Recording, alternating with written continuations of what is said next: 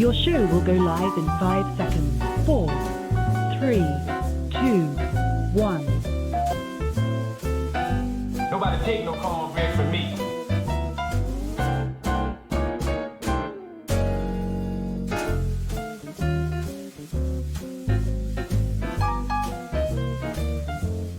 Testing 1, 2, Wolfpack.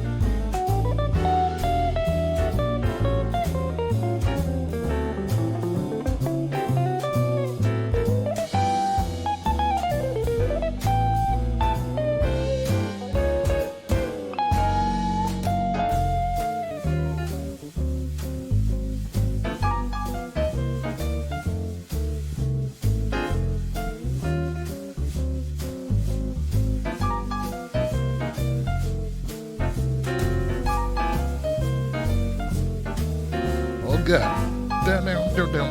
Down. Yeah, baby.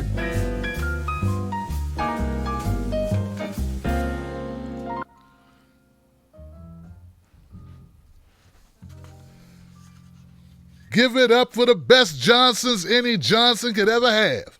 Welcome to the Tim Black Show, guys. My name is Tim Black. I'm the host.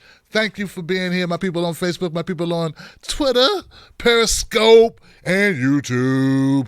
What is going on? Hope that I catch you all feeling happy, well, healthy, and sane. Or am I asking for too much? I might be asking for a little much. Might get some of those. It's tough, man. It is tough. Anybody got cabin fever at this point? Anybody need a little sunshine on your face? Bottle it up a little bit? Well, hopefully, I can't give you that, but I can give you a show that's full of life, and that's what tonight's show will be.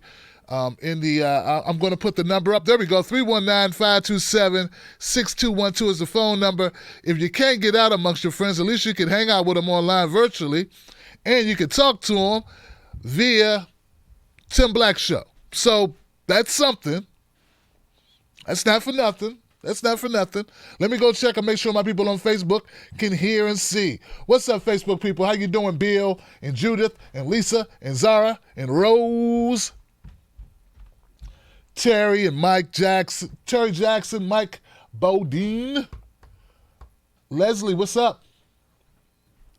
And look, thank you guys for tuning in on Facebook. Give me some hearts and stuff so I know that you guys can hear. Zara says, hey, ho, Wolfpack. Fortunate to have a job that can shift to remote, but so many others are not so fortunate. You know, I hear you, Zara. Thank you for keeping people in mind. Hey, Rebecca. Hey, Lynn. Hey, Jasmine. Evan. What's up with the Wolfpack? Hey there, Vanessa. There we go. We're coming in loud and clear on Facebook. Thank you guys for acknowledging that. It's better to know. Eileen, how you doing, Eileen? Hey, Cheryl. Thank you so much, guys, for giving me feedback on that. I'd like to make sure. My people on YouTube. Video output low, it says. Then how you doing, brother? How you doing? They said we're low, but I'm getting responses. How you doing, Princess Queen? What's up? What's up, Joe Famous? I'm doing well. Where is Joe? Joe. No Joe. No Joe. Hey, man. Rock it while you got it. What's up, Glumph and Rahul? Back for Black. Joe Famous, Tanya. Brian Crosby in the house. Cross-eyed and painless. Steve Warwick, CC Jerry, Last Lumberjack-offs. The new Doughboy, No Joe. Tatiana Harris. Thank you, Tati. Maker of Things. Good to see you, my friend. And the one and only Stacy in the house. Stacy, wow. Hell no, she said. Joe, hell no. Joe, hell no.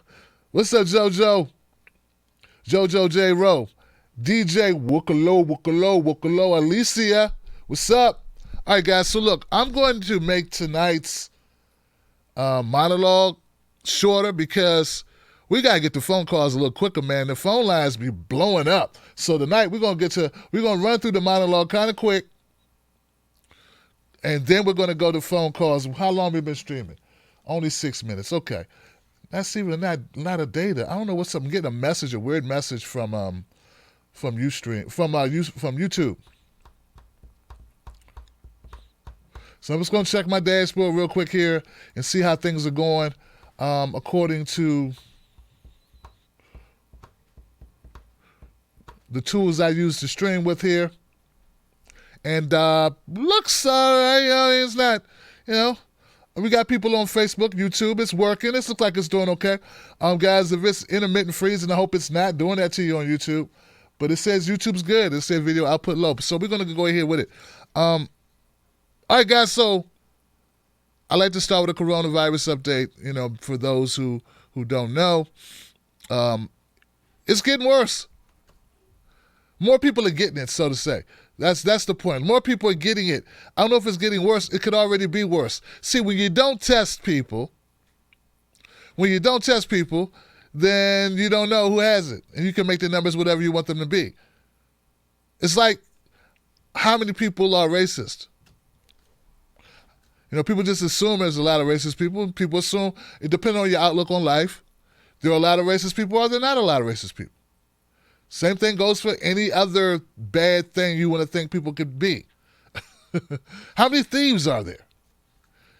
How many polluters are there? I don't know. But it's all up to the individual to make that determination. And how we do it typically is we use polling. Well, I consider testing for coronavirus similar to polling. And we know the data is only as good as the sample pool of people that they're testing. And even then, they're not testing everyone. I mean, I've never been polled. So same thing goes for coronavirus. You ever been tested? How many people watching been tested? Probably none. So therefore, what I'm saying is we really don't know. You know when we know? When you can't hold down solids and you're sweating and you're feeling really sick and then you go get tested, then we find out. That seems to be the method of testing.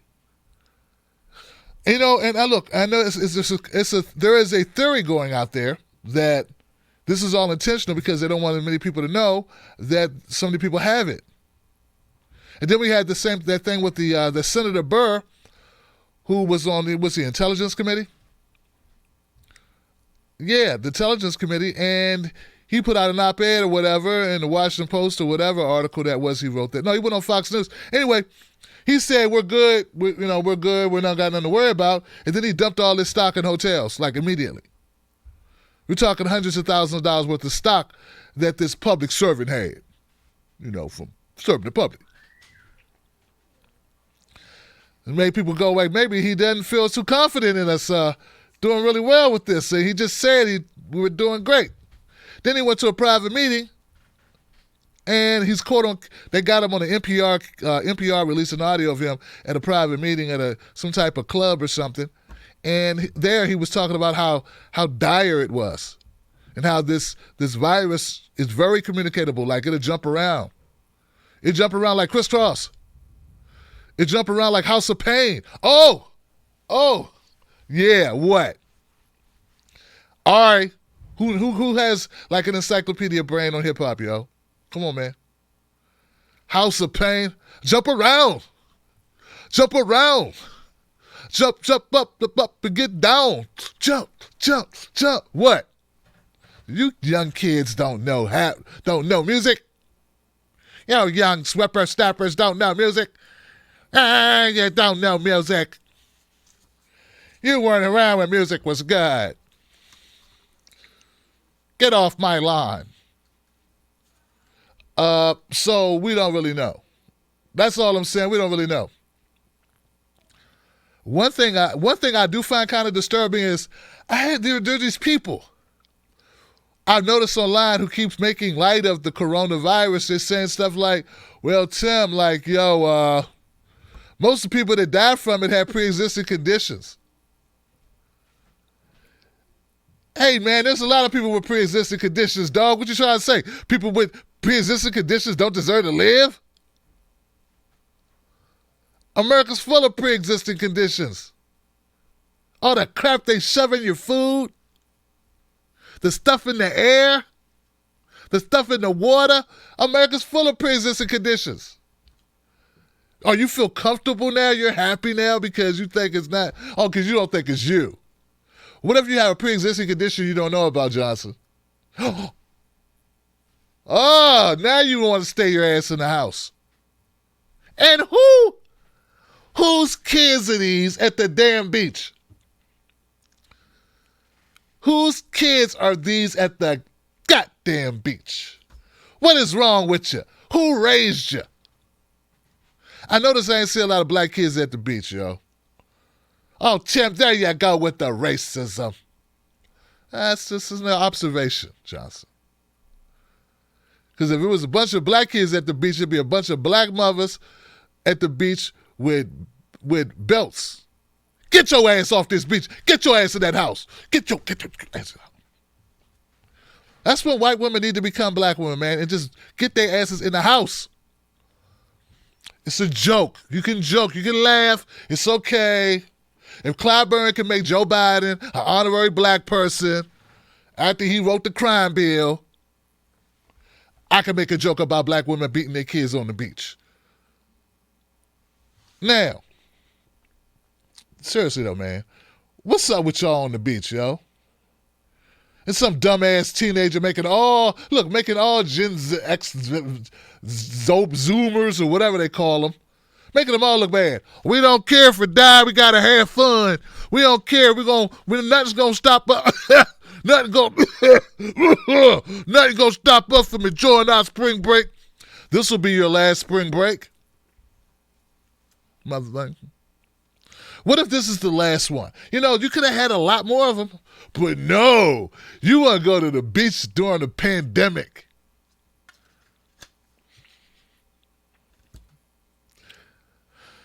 You know, it's like when you're young, you feel invincible, but drugs help.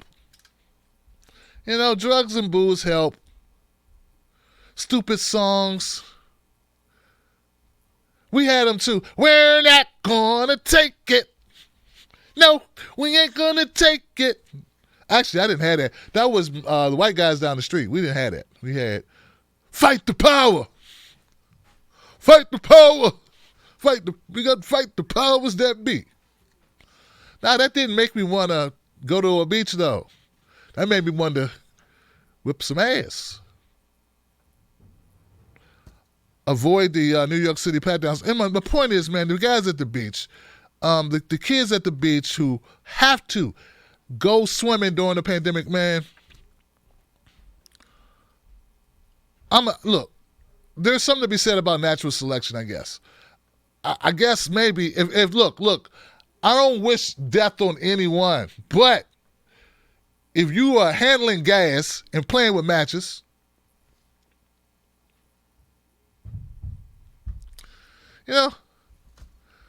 if you walking in the lion's den, just walking this, you see that video? It was a video of a guy just walked up on the lion, he like, doo-doo-doo. At the safari and shit, he's just doo-doo-doo. That lion said, hey, he in my enclosure. Don't this fool know I'm a lion? Let's go see what he tastes like. Ah! There are some things we do that hastens our demise. Yeah, it speeds it up, puts it on the fast track. Going to an ATM and at 3 o'clock in the morning in front of a bunch of guys with ski masks and going, yay, the money was there. Might hasten one's demise. Sometimes we ask for it. That's all I'm saying. Barbecue Becky was asking for it, man. I never been super sock punched in the jaw before by people trying to barbecue. Maybe it would be fun to try it. So, guys, all I'm saying is this thing with coronavirus is like we can't take it light. Don't listen to people online. Only a certain amount of people. More people die by the flu. More people die by automobile accident. You know what? It doesn't matter what you leave because of. You don't want, unless you want to leave, just try to listen. That's all I'm saying. We want to get in the numbers like somebody, so it could be you though, Johnson. That's all I'm saying. I don't need none of my wolf pack gone. That's all I'm saying. I like all my wolf pack to stay alive, above ground. We do, we fight the power. We do progressive politics. We try to make the country better. We try to save some lives, not lose lives because we don't want to listen because we watch too much Fox News. So anyway, so the corona. So yeah, listen to, it sucks. It's reality. We got to deal with it. Some people are saying it's martial law. It's all a trick to bring in martial law to they're disappearing people. There's something, I don't know, something I read. Johnson. There's a lot of money being messed up right now, Johnson. A lot of money. And whenever these theories arise, I always wonder, especially when it requires everything to shut down. Amazon workers are going on strike because they're trying to shut down. Everything's affected. What about my people driving Uber? Ain't nobody getting no Ubers right now. Hey, thanks, Obama, with your gig economy. Doesn't work if people can't get in the car. Yeah, they changed labor laws to make sure Uber paid a lot of money to lobbyists who indeed helped pay politicians in order to get the labor laws changed in order to make Uber even possible. Okay? And now look at us. People got gig jobs in the gig economy that don't work for them, and they have no benefits. So they need to cut the check quick, Johnson. Last thing, and because I'm sure it's going to come up on the phone calls. I did one live show about it. I talked about it again. I had an interview with Kevin Ronka, where we talked about filmmaker Kevin Ronka. I just put that video out where we talked about, in part, we talked about a lot of stuff. We talked about Tulsi Gabbard and her endorsement of Biden. So I just want to say, for anybody who doesn't know, stop defending it. Just stop defending it. She's a politician, yo. She did politician stuff. Now, what you have to decipher in your mind is how much of the other stuff that she was talking about was just politics too.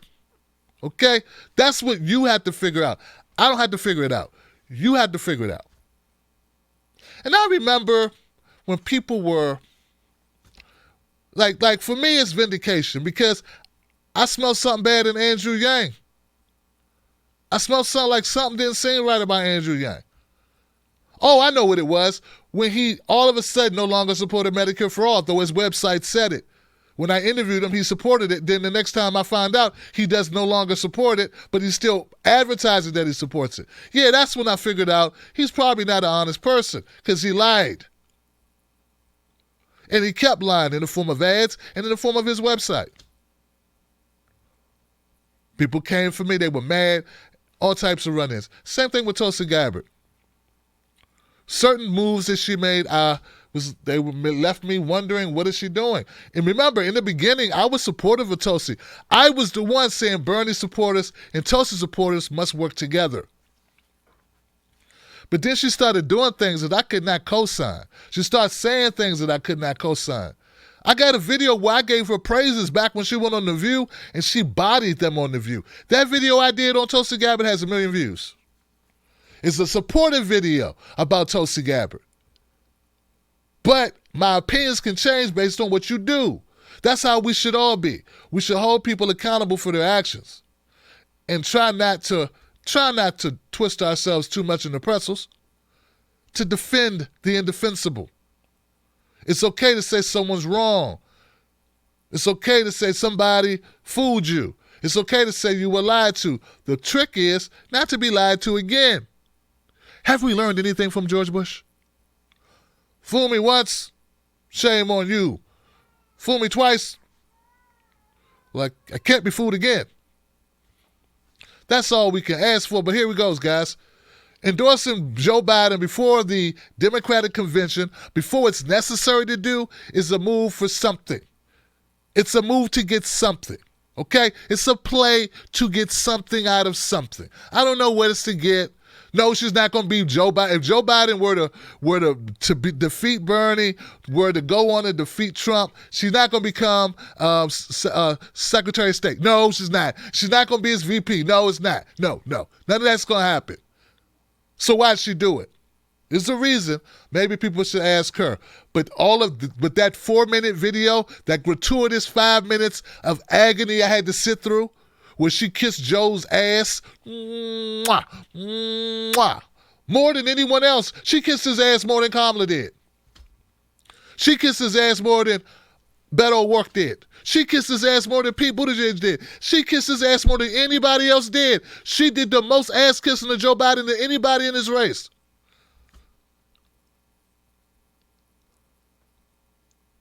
Fact. So, hey, look, if you can make yourself okay with that, I can't, and I won't try to. All right?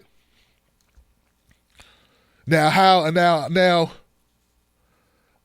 I saw a clip where someone was making Tulsi Gabbard's decision to make a 4.5 minute long love song to Biden Bernie's fault. I'm saying I saw a clip where somebody went to great lengths to make Tulsi Gabbard's 4.5 minute mea culpa to Joe Biden, serenade to Joe Biden, Bernie's fault. And I want to know, how much weed do you smoke? Is that a strand that you can reduplicate? How can we get it to other people? Because evidently, that strand of weed that person was smoking when they made that video, it really gets you high. And it really, here goes reality. Here goes you on that weed. Reality, you on that weed.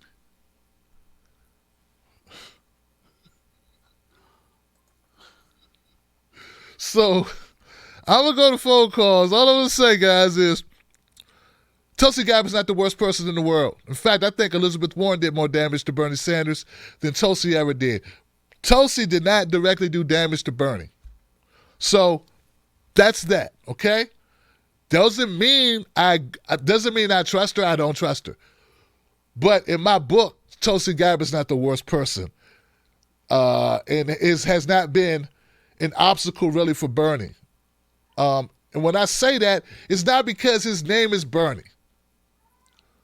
But there have been people who have been very much unfair to Bernie this whole election cycle, all because they were Tulsi Gabbard supporters.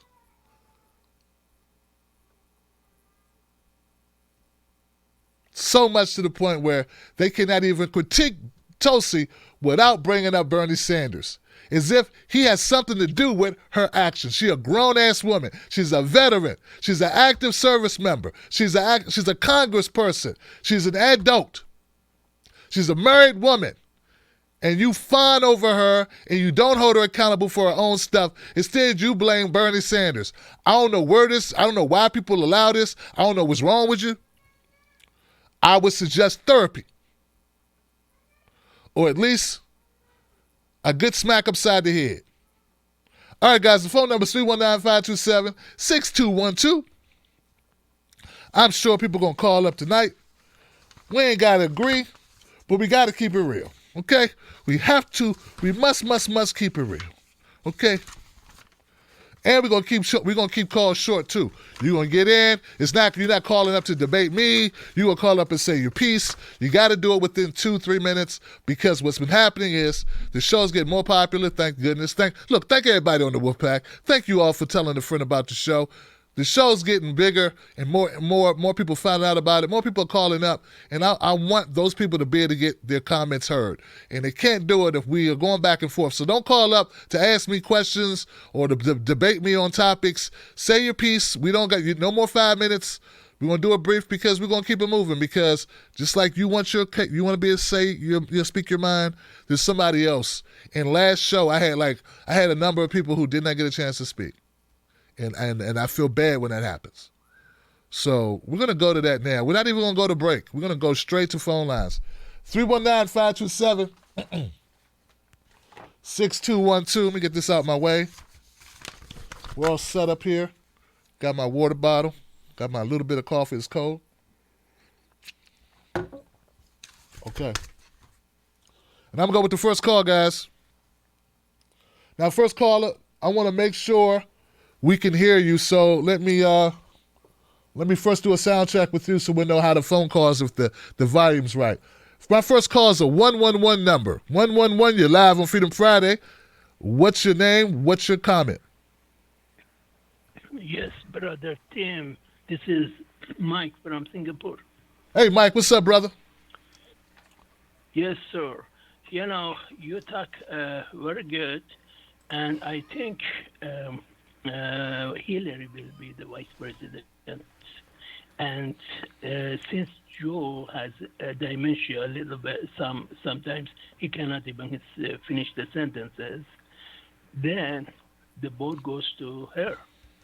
And then she will choose another vice president for herself. And what do you think? That's number one. And number two is we have the Intel reports that the only way to combat the COVID-19 is to shut down all the internet around the globe. And that's another story. The epidemic computer model shows only a complete shutdown for 18 months can stop, and that's why they stopped the stock market today. Today was the last day for stock market in the United States. And maybe for the world, China is always closed pretty much, and all the globe will be closed down. Total lockdown of the globe with global, since global riots is in progress, especially in London, we have reports of riots. And so global martial law, total lockdown, and basically I think there will not be an election in USA or anywhere around the globe, which supposed to be any nation supposed to have a 2020 election or something. There will not be election anywhere in the world. What do you think, sir? All right, my brother. Well, thank you for the comment, man. I appreciate it. It's good to hear from you. All right, guys. I'm not going to really respond until maybe later if we got time, because I talk too long, frankly, and people aren't being able to comment. So, yeah, global lockdown is what he's saying. 978, you're live on Freedom Friday. What's your name? What's your comment? Who? 978, that's you. Oh, fuck, that's me. Sorry, Tim. Hi. Can you hear me? Yes, I hear you. So sorry about that. I didn't catch the number at first. No problem. It's Rebecca Lane calling from Lansing, Michigan. Hey, Rebecca. Hello, Tim. I felt really bad about your toilet paper shortage. So you can take just pro tip, everybody out there. You can take notebook paper or any kind of rough paper, crinkle that bitch about 100 times, 50 times, it'll be soft enough to wipe your ass with. I swear to God, I've done it before. Anyway, just to lighten the mood, Also, I read today it was up to 5 lawmakers now sold their stocks off, and those fuckers deserve to go to jail. That's horrible. I wanted to say that I lost both my jobs this week. I'm a server, and I was very lucky that I got unemployment. A lot of servers are not going to qualify for that, and Wow. I'm just really grateful. It did take me 4 days to get through the system to be able to apply, but, you know, I'm happy for that. I think it's really crazy that, like, Bernie Sanders has all the answers to this, and then nobody wants to listen to him because fuck him and socialism bad and all this stuff, and it's so weird. It's like, oh, yeah, let's put the guy with literally not one good idea. Let's put him in charge. That's great. Anyway, I also wanted to mention that I went grocery shopping last night, and, you know, people got paid yesterday, and people went shopping, and so, yeah, it was probably not the best time to go to the Meijer, the 24-hour Meijer, but shelf after shelf, aisle after aisle, just bare cupboards, bro, just completely no food. No, it was terrifying, actually, and I asked one of the workers there, I said, is this a supply and shipment issue, or is this like a panic purchasing issue?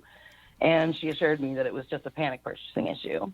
And, you know, but to come between 2 and 3 for eggs, that's when Meijer delivers their eggs in Lansing. Anyway, that's about all I had. Tulsi's an opportunist, and fuck her. And Hawaii has excellent weed, so it wouldn't surprise me if she was high as hell when she did that stupid video. Anyway, that's all I had. Be well, and thanks a lot for letting me have a call. Well, thank you, Rebecca. Hang in there, sisters. Sound like a tough road for you, and as many others, like you stated. Thank you for sharing with us. We appreciate you. 252, you're live on Freedom Friday. What's your name? What's your number? Hi, Tim. This is Kira from Fayetteville. Hey, Kira. I'm doing good. I wanted to talk about 2 things. I wanted to talk about the Tulsi Gabbard mess, and I wanted to talk about the situation with the senators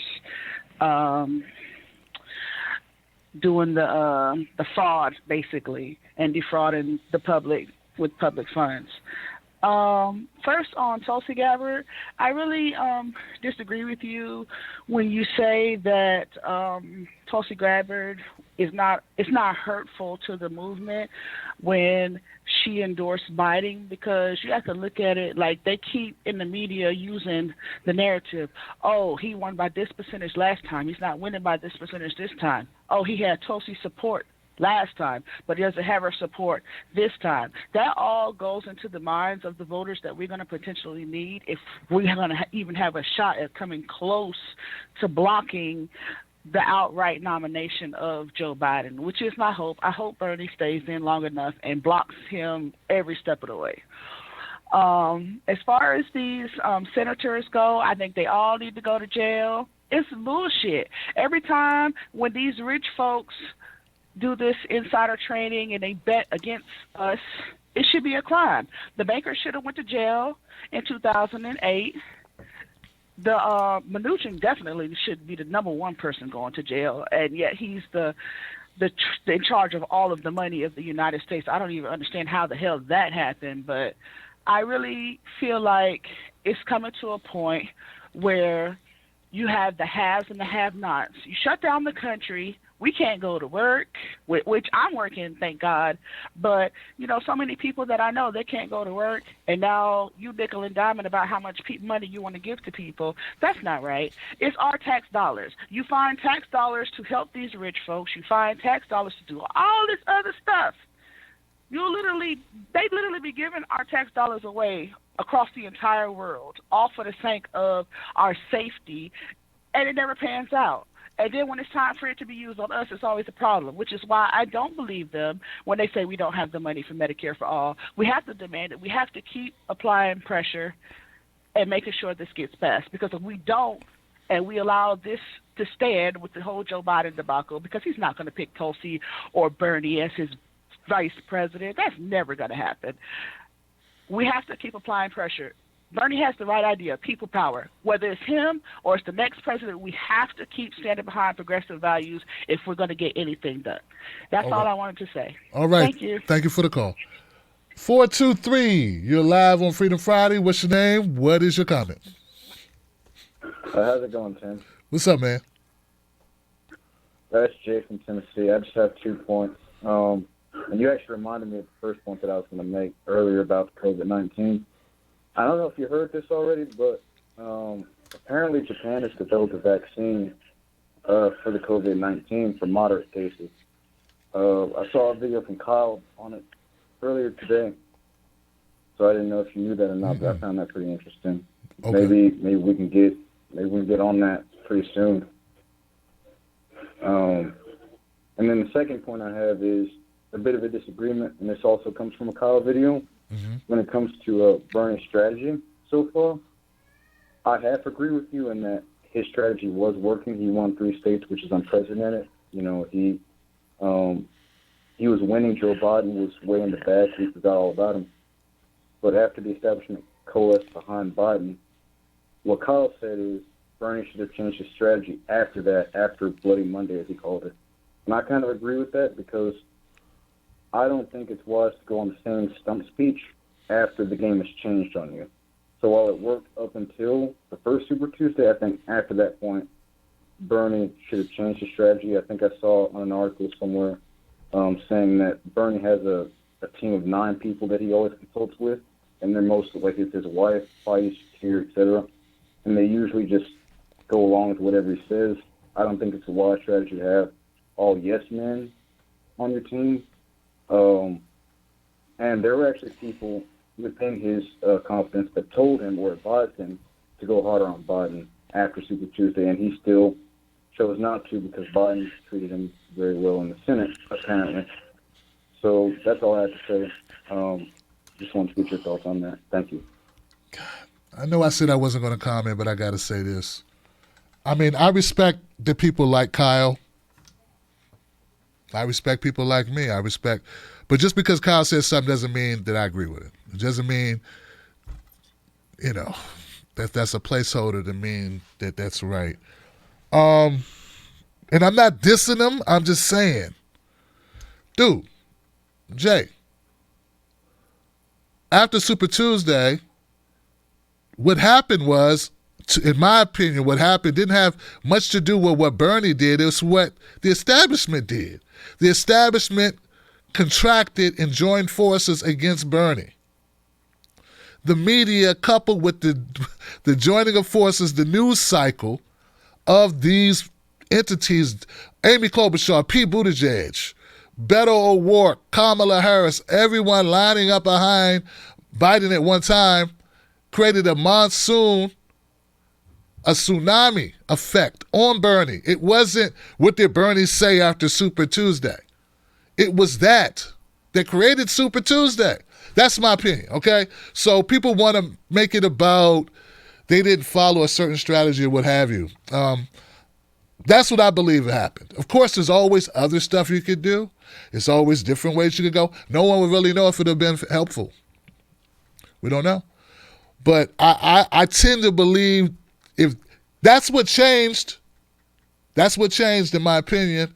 It wasn't just South Carolina, because South Carolina was the first time a predominantly black location where James Clyburn was there, and the foot on the scale, the whole body on the scale, backed the truck up on the scale in black communities. And I think they were effectively calling Bernie racist. And this whole thing online that I tried to get in front of, that I was telling people we need to engage with, instead of being dismissive when people were talking about reparations that certain people were just throwing away. These conversations need to be had. I'm not saying your position needs to change, but your language must be better. You have to be able to talk about black shit. You got to talk about black issues. I'm not saying Biden did, but Clyburn could. So Clyburn was a surrogate for that there in South Carolina. So look, hey, we can disagree. I had different opinions. Everyone has different opinions. But I'm very reluctant to blame Bernie for what happened. Unprecedented what happened in this race. The Republicans couldn't do this, which was people fell on the sword and got behind Biden. I'm going to go to the next call. I think that's more relevant. I think that's more telling. I think that was more damaging to Bernie Sanders' prospects than if he called Biden a dumbass or if he hit Biden harder with stuff. And back there, and couple that with the media that wasn't going to report it anyway. We did hit him with stuff. That Social Security, those lines about Social Security, those ads should have destroyed Biden. They would have destroyed Bernie. They should have destroyed Biden. But media reported it and left it alone and kept it moving. That's what happened, in my opinion. But I'm going to go to the next call, man. Thank you for your call, man. 307, you're live on Freedom Friday. What's your name? What's your comment? 307, you're live. Oh, is that me? Yeah, that's you. Right on.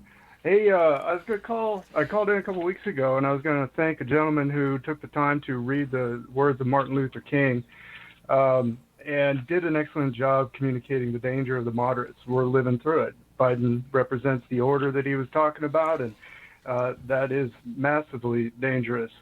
I'm a big fan of your guys' messaging. I would never think that you would agree completely with TYT or Kyle Kalinske, because progressive messaging moves from the outside inward, and y'all come together in the same place from your own position. I think that's great. It's exactly the opposite of what we're seeing from places like the DNC and the mainstream media. And also, I watched your piece on Cenk Uygur and the TYT network. I'm a longtime member of the TYT network, and all I can say is right on. I tweeted that to them and shared it with them. I hope they watch it, because it was excellent reality that they need to focus on when dealing with this consolidation of the DNC and power to usurp the will of the people. And so I just wanted to rush through that real quick and get my notes. Thank you for being you, brother. Thank you, man. I appreciate it. Thanks for saying that. Thanks for sending that. Some people said I was attacking Cenk and attacking Anna. I wasn't, man. It's just what I felt. I've given Anna props. In fact, in that very video, I said that Anna has been right on a lot of. To me, Anna is more progressive. Like the most. She's really been on point on a lot of issues. Not every issue. Okay, don't hold me to everything. But I don't watch everything. So what I have seen, and I have retweeted Anna, and I have stuck up for Anna when I felt it was necessary, and when I was privy, when I saw it. It's not everything. And I wasn't. I don't know. There's some people just. Gosh, man, like you can't say anything without people saying you're attacking them. I wasn't attacking them. I just disagreed. They're the biggest left media in the world, and if they get something wrong, it's kind of a big deal, guys. I can't just be like, oh, they got it wrong, and it's an issue that I'm really, truly invested in, which is the coalescence of the Republican light around Joe Biden changed it. They stole this by doing that. Don't make it about Bernie not being mean enough. That's not what did it, man. That's not why we are where we are. It's not because he didn't fight. It's not because he didn't call Biden slow or demented. That's not why. They would have just painted him mean and getting done with him. It wouldn't have worked. Trump had worked for years on Trump's outspokenness, his rhetoric, his tone. He had worked. He had paved the way. He had socially conditioned his audience and the world. That's the way he talks. His Trumpisms, his degrading comments, his ranking, his roasting of people. If all of a sudden Bernie started doing that on Joe, people would have, with the whole Bernie bro toxic thing going, oh man. So please don't. I think we're right on firmer footing to point to the thing that they did physically. Did I feel altered the race? Okay, I'm out. I appreciate you guys, man, and I'm gonna try not to talk anymore. It's hard not to talk, man. You guys get me going, man. 559, you live on Freedom Friday. You live. What's your name? What's your comment? 559. Hey, Brother Tim, it's Brother Eric from Minnesota. No, it's understandable. There's a lot of misinformation. I think it sounds like you're reacting to a lot of the same things I react to myself. Well, let's connect some of these dots and give an overall perspective that you only hear on the Tim Black channel, because you know what, especially with Tulsi, the culmination of a collective crap mentality, corporate mentality. Everybody's grown up corporate. Because should this remind us of? This reminds us of, let's blame the victim. Let's blame blame somebody else. It's somebody else's fault. Yeah, it's poor people. It's immigrants. typical. Let's punch down. And we see that with Bernie. Bernie, he reminds me, it's like the rebound person. You spend all this time taking all sorts of shit from all these assholes, and all of a sudden you get a good guy that comes around and you crap all over him. Rinse, repeat. It's like a battered woman syndrome. And yes, I just said that. Because, what happens? They get crap. Somebody tries to, hey, come in, good guy. No, I'm not gonna do that. So, but now how do we deal with that? Because that's the mentality that we have to deal with. And it obviously expose people for who they truly are. You need to learn from that. But also, you know what? You need to show up. I don't care what any of these guys' reasons for voting for Biden. They showed up. It doesn't matter how they showed up. It doesn't matter what reasons they had. It doesn't matter a lot of things. The fact of the matter is they showed up, because the electorate now, let's look at the data. The young people, Bernie's base, if they'd have shown up like they claim to, they also remind me of people that will egg you into, you know what, yeah, you can do it, let's go third party, let's go this. And all of a sudden it comes time to answer the bell, it comes time to, ante up, and they're nowhere to be fucking found. Oh, yeah, I'm going to go, are you kidding me? Oh, yeah, I'll go run third party with people that don't fucking show up? Please.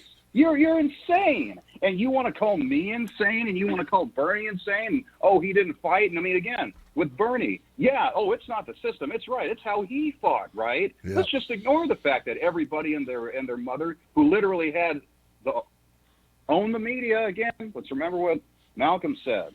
And we saw it exactly what happened with Bernie.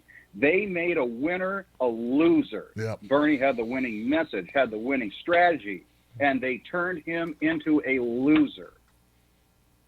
I'll leave it at that. Thank you, Eric, for your brevity, brother. I appreciate it, man. And yeah, it gets me, man. So thank you for speaking that for me, man, because I talk too much. 602, you're live on Freedom Friday. What's your name? What's your comment, 602? It's Curtis from Arizona. Curtis. What's up, Curtis? What's up, man? Damn. Hey, listen, I wanted to make a few short comments. The best strategy you have is to vote the senators out. There's only 100 of them, but see, they don't all come up for election at the same time. The other 450 would run. The senators are the corporate state. There's only 2 senators for each state. They represent the corporations of the state. The House of Representatives are individual, they're districts. They're districts in your state.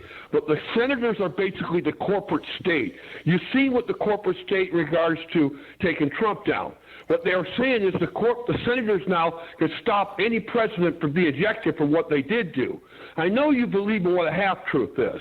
If I tell you 10 things and 5 things are correct, you can choose to believe the 5 and ignore the other 5. It's called a half-truth. Trump basically told you some of this stuff when he said he could shoot someone on Fifth Avenue and they'd still vote for him. Well, there's a reason for that. What he was saying is your system is so rigged, it's so slanted left and right, you're going to have to vote for me. You're going to vote for evil or evil, Corona Light or Corona. Which one do you want? And your system is rigged. But the best thing the progressives do is throw these senators out. As far as inside trading, they're all doing it. The senators are the worst. But we have no strategy. And as far as Mr. Sanders, people see the writing on the wall. The first 3 caucuses that boots the primaries off. Bernie wins. All of a sudden, overnight, Biden takes the next 10 states. The delegates said they weren't going to vote for him. It's the same Hillary syndicate. Yep. It's the same people that run Trump. It's a Rothschild, Goldman Sachs government.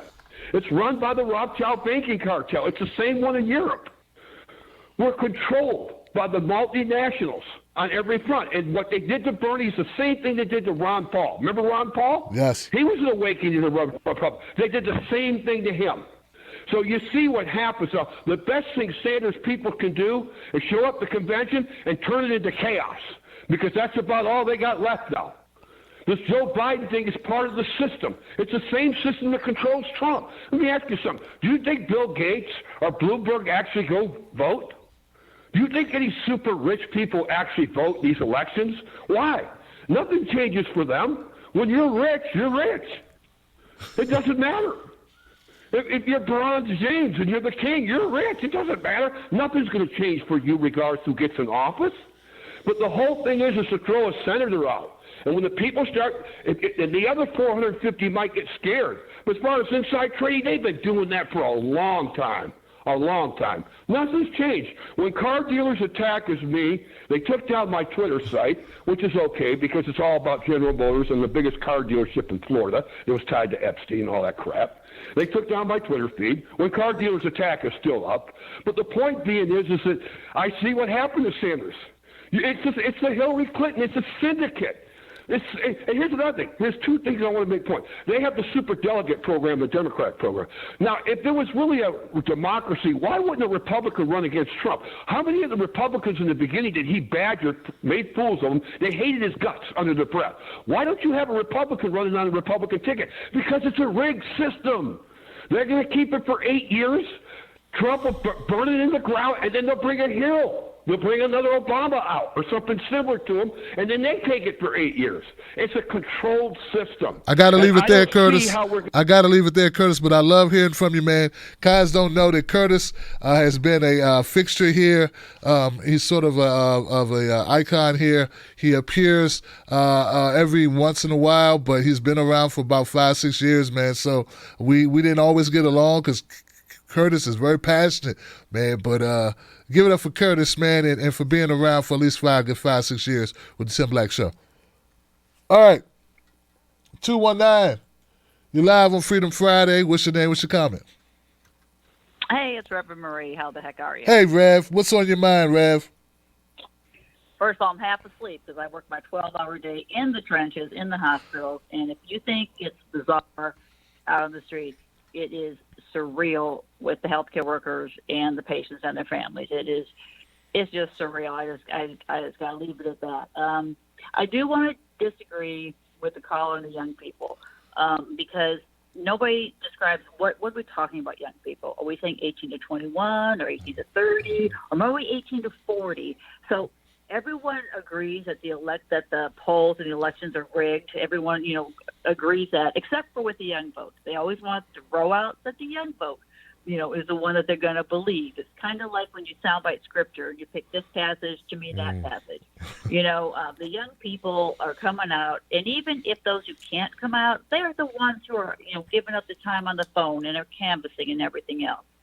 But the two more short things I want to say is I found this video from late January, and I sent it to you.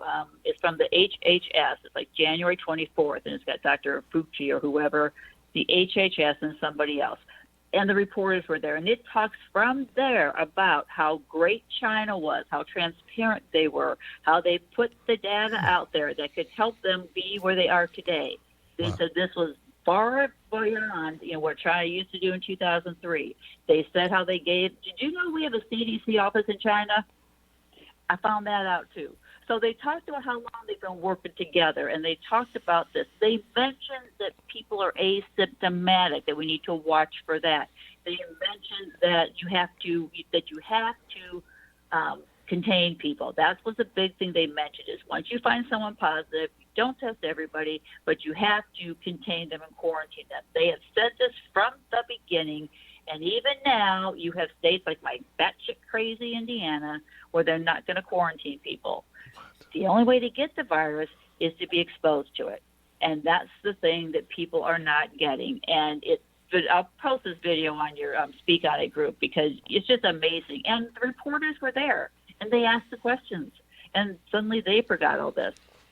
The last thing I want to mention real quick is, I don't want to say I'm blessed or we were blessed or lucky, but to have a candidate like Bernie in our lifetime, to be able to, if you ever went to one of his events, to see that excitement, that love, that fervor, and not that we're a cult, and not that we think he's a savior, but that what he created, that movement that he created, that we were part of it for a time such as this.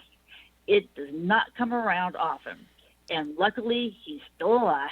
They haven't killed him yet, but that we had that moment for right now. They can never take that away.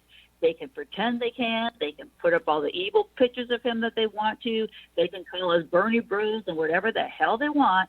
but they cannot take away what we had. And we have to remember that and go forward with it. And this media, I don't even know why people are even watching it. It is so blatantly illegal, irreverent, whatever word you want to call it. But I'm just really glad that I was alive during this time to have that kind of a movement, and the people are still out there. And if you can't handle it and you need to jump off, and then go ahead and jump off. But we're still going to fight for you. We're still going to fight for you. And speaking of jumping off, Tulsi is a combat war veteran and a strategic person, and she's going to stick with the company that has the most money, that has the most power to hold down the little person. That's what a combat veteran does. They know who has the most ammunition.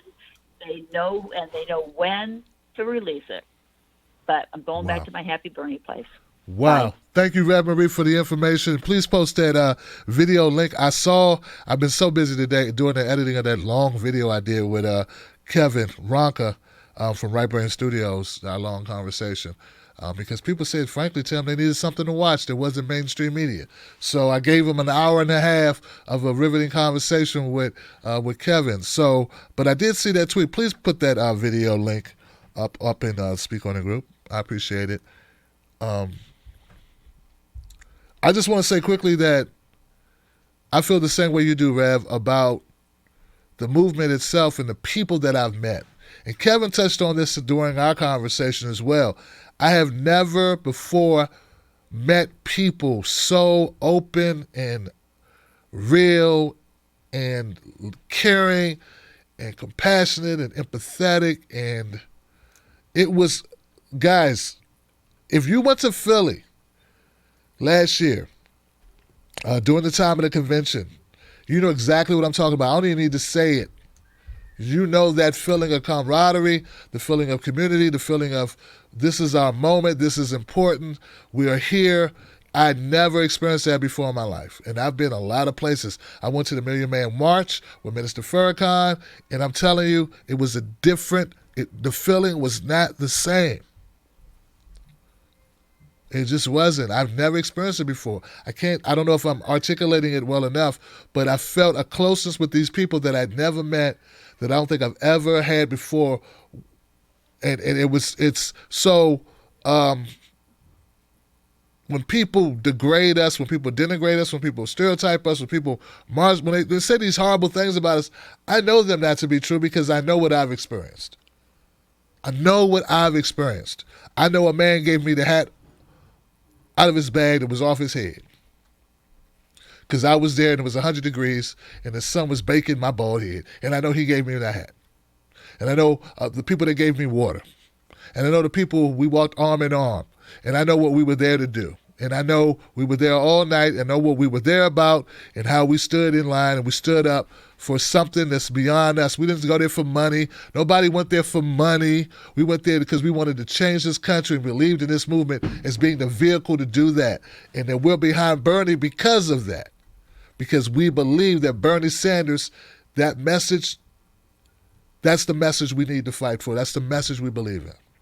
So I'm going to go to the next call, Revs. Thank you so much. That's what it's all about. 646. 646, you're live, Freedom Friday. What's your name? What's your comment? Hello. Is that me? That's you, my friend. Listen, I just want to say that, this is going to sound super negative, but it's the truth. We blew it, right? I've been volunteering and knocking on doors for Bernie Sanders since the beginning of 2019. I called up on this show last year and I said, hey, listen, guys, the only person that's in this race is for us is Bernie Sanders. People kept saying on independent media that progressives with plurals and things like that, only person that's behind us is Bernie Sanders. And now look at where we are now. We blew it. We looked the gift horse in the mouth, walking around talking about Andrew Yang, talking about Tulsi Gabbard, Elizabeth Warren. Do me a favor, everybody that's listening to this, go back to your favorite independent media show and watch the videos from this time last year and see how ridiculous they sound. See how much crap Bernie Sanders got. How many wasted breaths that were made on Tulsi Gabbard, Andrew Yang, and Elizabeth Warren. We will never have an opportunity like this again. It's over. The political revolution in America is never going to happen because independent media has a financial interest and pushing as many progressive candidates as they can. And now the Democratic establishment and the Republican establishment all know how to kill. Gosh, did you watch my video yesterday? Did you watch my video yesterday? No. Okay, because that video I put out yesterday, the video I put out yesterday about TYT and Cenk Uygur and Anna Kasparian speaks to this. Exactly everything you just said. Everything you just said is in my video. Everything you just said is in that video. Okay. But it's a lot more diplomatic than you're putting it. It's not exactly like you. Everybody is following Cenk Uygur's footsteps. No, they're not. Not at all. The idea. Not at all. The ideas that not at all stands for is now a plan not for at all. YouTube. Not at all. Not at all. Have you tried to do video content? Huh? Have you tried to do video content? I actually believe in it. Have you tried to do video content? I actually believe in it. This is the last thing I'll say, Tim, before I go. That's okay. That's enough. That's enough. Thank you. We don't get to say, that's the last thing I'll say before I go, like you're running this conversation. You're not running a conversation, Johnson. This really pisses me off because I'm one of the few people, for a fact, that stood behind Bernie the whole way through. And for him to call up on this show and say and make this diatribe on this show, as much shit as I caught from Yang supporters and Tulsi supporters, this guy calls up on my show to complain about independent media. No, dude, you need to stipulate you're not talking about me. I'm the one with the No Joe shirt on. They don't have No Joe shirts and No Joe buttons. They didn't make videos dragging Andrew Yang, videos dragging Tulsi Gabbard. So this guy doesn't know what he's talking about. I take high offense to it because I caught much hell for being Bernie only. Only Bernie. That's what I've been. Only Bernie. That doesn't mean you can never report on anyone else. Doesn't mean that. You can report on other shit. You can't report on Bernie 24/7. But for me, I am. People have said, Tim, you got to watch your tone because you are like an extension of the campaign, though you're not officially a part of the campaign. Because I've been on the podcast. Does this guy know I've been on the Bernie Sanders podcast? He don't know that. Does he know I went to South Carolina? He don't know that. He doesn't know anything. So I take high offense, man, for somebody to make these types of statements. There are a lot of entities he can make this statement about, but not about me. And I'm highly offended about it. Highly. As much shit as I've taken for the Tim's bashing Tulsi Gabbard and I know these other people. Start naming names, dude. Don't lump me with that bullshit. I stood up. There are so many opportunities that I do not have because I stood up only for Bernie. So don't do it. Unless you're going to start naming names. Don't be a punk, motherfucker. Say the names of the people you're talking about. Because if you include me, that's a problem. Because I know what I did. I know what I'm about. Period. All right, I'm going to go to the next call. 646, I don't know what the hell you're talking about, but you are absolutely dead wrong about Tim Black. 425, you're live on Freedom Friday. What's your name? What's your comment? I promise not to take it out on you. Well, you better not. You're the Papa Wolf, so I already know that you got it on lock. What's up, man? How you doing? That's for sure, man. I'm doing pretty good. Chat here in Seattle. Just trying not to touch my face, if you know what I mean. Yes, sir. Dude, it is like crazy out there, like empty shelves like that other caller was talking about. Yeah. But I got something to talk to you about. Don't you knock the green herbs, dude. Different puffs, different stuff. That's how that works. Yes, it is good stuff. I've had it. I've had it. Its place, my good man. I said he got a bad strand. Not all of it's bad. Yeah. Maybe if it's got pesticides on it or something crazy like that, that's for sure. But that brings me to Jello Brain Joe. So we got one chance probably to win it. And, this is like a message in the whole motion in the ocean of the Politico. But we got to demand an up-to-date health document from the man. And I say go to the convention. I think you're right about it. We read it all the way there. We demand the health documents. If he doesn't cough it up, he's got something to hide. So let them all crumble around him if they dare to do so, because we know the dude's got Alzheimer's. Come on now. But also going to those kids on spring break, man, I saw those videos. That's like 4 horsemen of Medicare for all. That's what that is. They are going to kill the boomers. They're going to kill them all. Swear to God. Damn. But, Trump's there. I don't know it for a fact. You just know it to be true, but they're cheap hair plugs. Everybody knows it. It came away from an incompetent, practitioner. He got it on sale. Something happened. But in the spirit of that, I'm going to end with this here because I don't want to take up too much time, but there were millions of people in the streets of China growing proportionately over time. And over the course of months, these Chinese governments in measures repeatedly ramped up the response, which before the end of December came, there was a practice of even hunting down WeChat users who were promoted as the mass protest organizers. And beyond tear gassing, they escalated to like water cannons, nightly curfews. It got pretty intense over there, and I had been following it for a while. But they pulled them out of the public, covered up their mouths. They couldn't yell out their names and interrogate them. And if you haven't seen that one video where the guy is so scared, his hands are strapped to a stainless steel tray, that was obviously not for resting that dude's hands, if you know what I mean. That was for cutting shit off. So, I mean, these guys went through hell in a handbasket to even try to fight for their freedom. But, then we have late December where China has that corona genesis event. And Feinstein was briefed in January because she sells her stock from Allogene Therapeutics immediately by the end of January. And through the first few weeks of February, there were also 3 GOP senators who did the same thing. So I don't know it for a fact. I just know the bitch is dirty to be true. So I think we're all needing to take another step in another direction and demand that these people go to jail. Pull them out of their offices. Have a Boston Tea Party everywhere. Something needs to change because these people are out of their minds. So you guys have a great rest of your show, and I really appreciate you, Tim. Thank you, Chad, for the comments, brother. Wow. All I remember seeing, brother, from China was someone was set on fire. They was in a parking garage, it appeared to be, and there was some arguing. There was one person, and he was talking, he was yelling at some people. And while he was talking, someone just walked up and threw water on him, and then someone threw a match on him. I don't even know why, Johnson.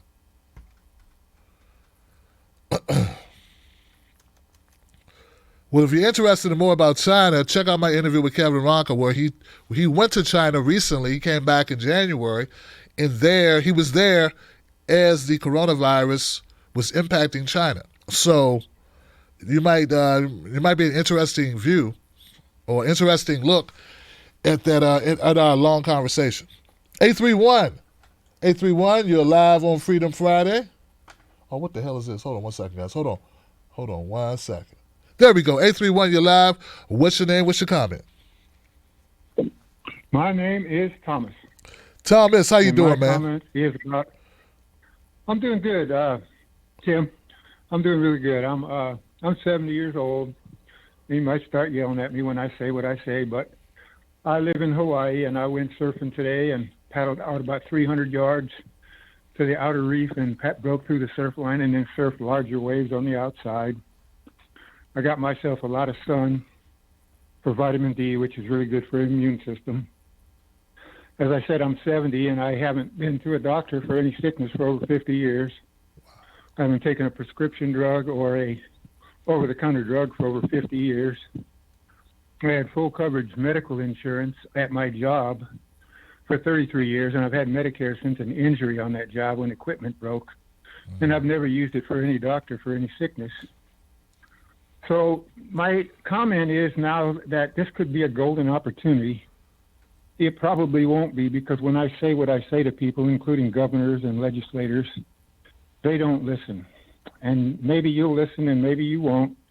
There's a saying in education that it takes people to hear something, I forget the number, 10 times, 12 times, 28 times before it sinks in.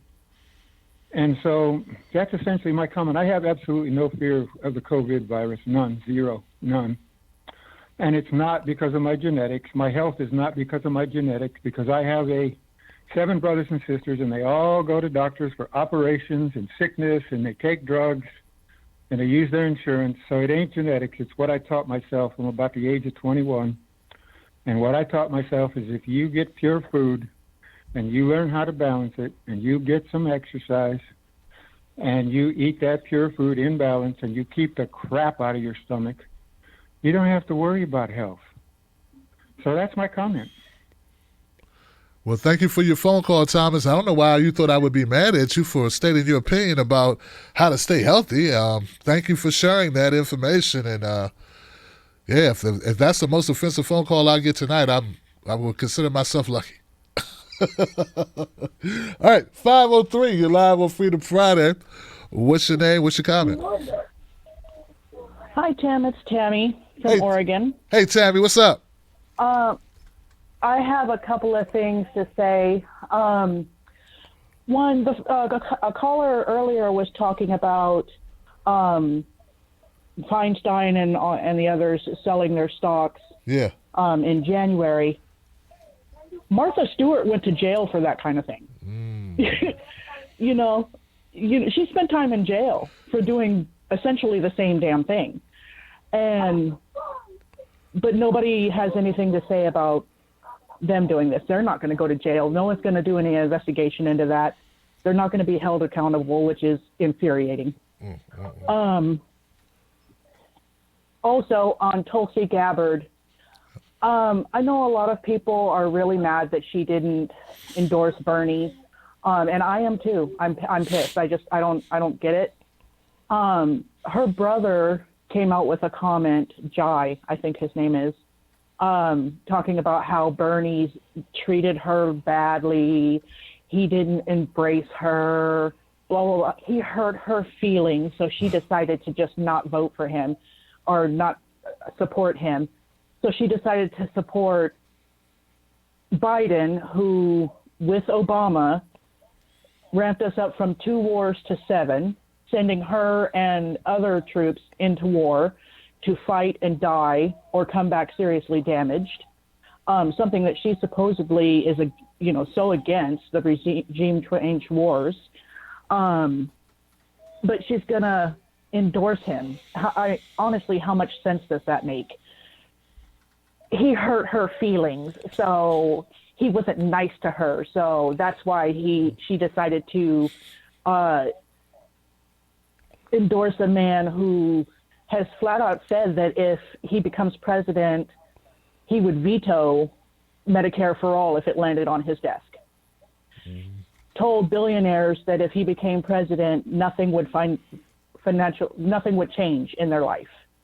Their lives would fundamentally stay the same. What the hell? It's like, and then they wonder why people are turning on her. It's like, we're sick of this. We are so sick of it. It's just like every time we turn around, they are kicking us in the face, and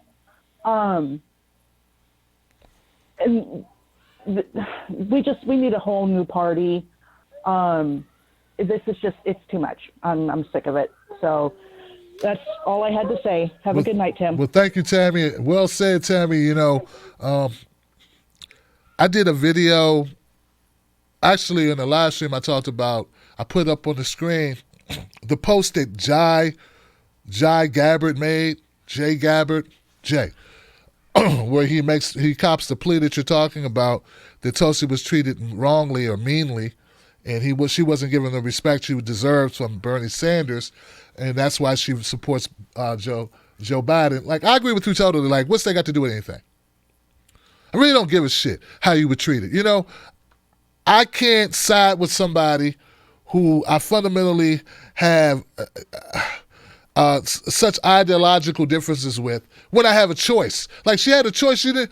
What's all the people that said when she said present on the Russia vote? Oh, she's brave. She said present. You're not used to a politician who has ethics and has morals and standards, and she would not bend the knee for anybody. Okay, but she does here.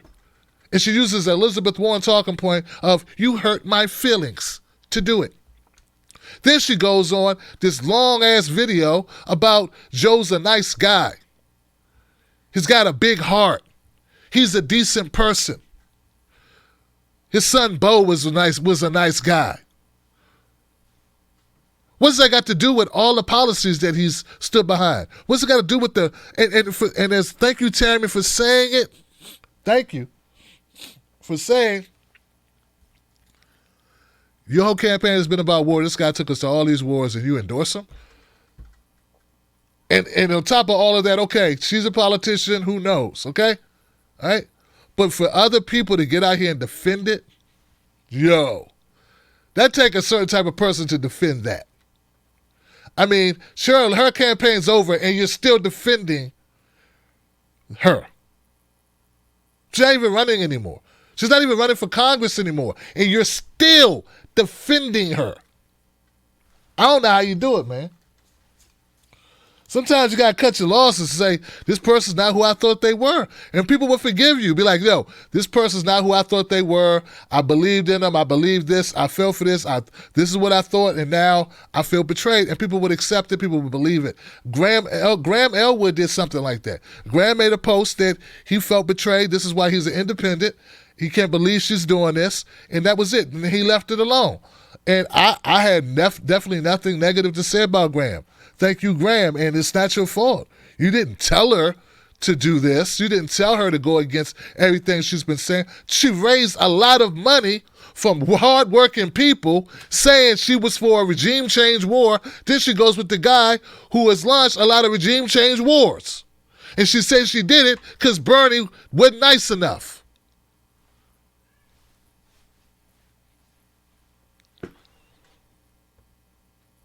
And I had to hear for months, because unlike that dumbass caller who said all the independent media does is cover a bunch of progressives to make money, I had to hear about it because I was down on her and during the primary, before the primaries. I was on her ass before primaries, well before them.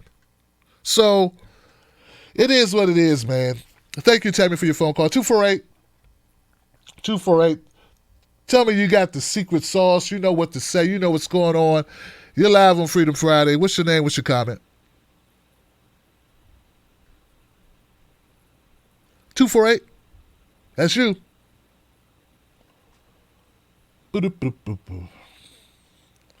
Okay, 248. I'm going to go next call there. 248. You're live. I'm leaving. Sorry. 518. Let's try 518. How you doing, 518? Hey, what's up? Hey, what's up, man? What's on your mind tonight? This is Sean. Sean. Hey, Sean. I'm actually, I don't know if you've heard this yet, but it's going to be devastating to the Joe Biden campaign. What's up, bro? Impressive news from the highest levels. Joe Biden just got endorsed by a Russian actor. That's what I heard, man. Secretary of State told that. So I guess he has to sit down. He has to no longer be running for office because he's owned by the Russians now. I don't know if I'm doing this Russian Gate thing correctly, but that's what I heard. So I think Joe Biden's going to drop out pretty soon. That'd be nice. The Russians own him. All right, you do you. All right, bye. All right, Sean. Thank you, brother. Hey, look, man. I understand your point, man. But they call him hiding Biden now. I called him sliding Biden. Now they called him lying Biden. That was trending during the debates. Didn't help. See how that worked? He was proved a liar on a debate. And it didn't. But yeah, now they call him hiding Biden because Bernie's all out in public talking about the coronavirus, what we could do, different ways we could tackle this issue. And some reason, Joe Biden's hiding. See, I know what it is. They don't want Joe Biden in front of too many cameras. He ain't going to do nothing but go down in the polls. The more he talks, the more he's out in public, the worse he does. He has the Hillary disease, the disease of any too much exposure produces negative reactions and negative feelings about the candidate. This is not good. Unlike Donald Trump, who thrives in the public eye. who loves to go in front of stadiums. They had Joe Biden at events talking for 7 minutes when you add it all up and then run it off stage. For a reason, Johnson. And look, and I want to say, it's not that I want to minimize Tulsi Gabbard's endorsement of Joe Biden. I just look at it more as a symbolism of what she stood for and a betrayal of those people who donated money to her, and a slap in the face that she did not coalesce with Bernie Sanders at Super Tuesday. But I don't think that Joe Biden gets any real boost from this. They've talked too much crap about Tulsi Gabbard. But then again, I don't watch corporate media to know if they've been using Tulsi Gabbard against Bernie. I just don't watch CNN. Unless I'm doing research on a particular issue that I need for this show, I do my best not to watch mainstream media. It's bad enough that I got to use print media. So unless I'm using a clip or something, I don't watch it. But I can't imagine the argument being, hey guys, you need to support Joe Biden because Tulsi Gabbard does. I don't think that's how it's going to work. I don't think that's a booster for Joe. All right, 916. 916, you're live, Freedom Friday. What's your name? What's your comment? Hey, Tim, this is Patrick from Cali. Pat, what's up, man? Shoot, I got to say, man, it's good hearing from you, man. You really kept me through this week from going stir crazy. I got to say, with Tulsi and the same thing with Warren, it's just political. They're just giving up. They're like, all right, Bernie ain't going to make it. Because the only reason Tulsi stayed in this long was to probably be Bernie's VP or maybe get Secretary of State, because he would have been the only one to respect her for holding her to her beliefs. But I got to say that I hope Bernie stays in it. I want someone to stay in it all the way to the convention. And honestly, I think we should all send like $1 donation to Bernie with hashtag write in Bernie, just to let them know, like, even if you say endorse Biden, I'm not going to vote Biden at all. Like, nah. So that way he see like Biden has no chance. He should go third party. If they get half the people that don't vote, he'll have more than anybody else. Like, if we're going to shoot for the stars, let's go. You know, let's just keep fighting. But that's all I got to say is everybody, like, keep your head up. Like, we just got to show Bernie, like, we got to show Bernie we're not going to go for Biden. Biden has no shot. He has no youth vote. Everybody under 45 are well-informed. The people who are well-informed vote Bernie. People who are just, they don't want to hurt their brains about it, they go for Biden. Just, unfortunately, older. But if we show Bernie that, you know, we're just going to vote for him, we're going to write him in, Biden has no hope, then hopefully Bernie will see, like, okay, I have to run third party.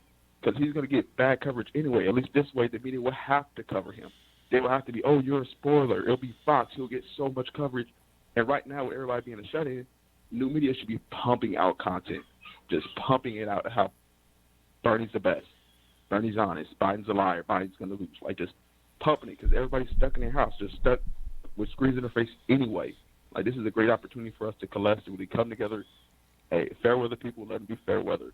They said, hey, they're giving up. They're going that way. Let them go. And we can just really make it. Let's really shoot for the stars. Let's really keep our hopes up, and let's keep working hard.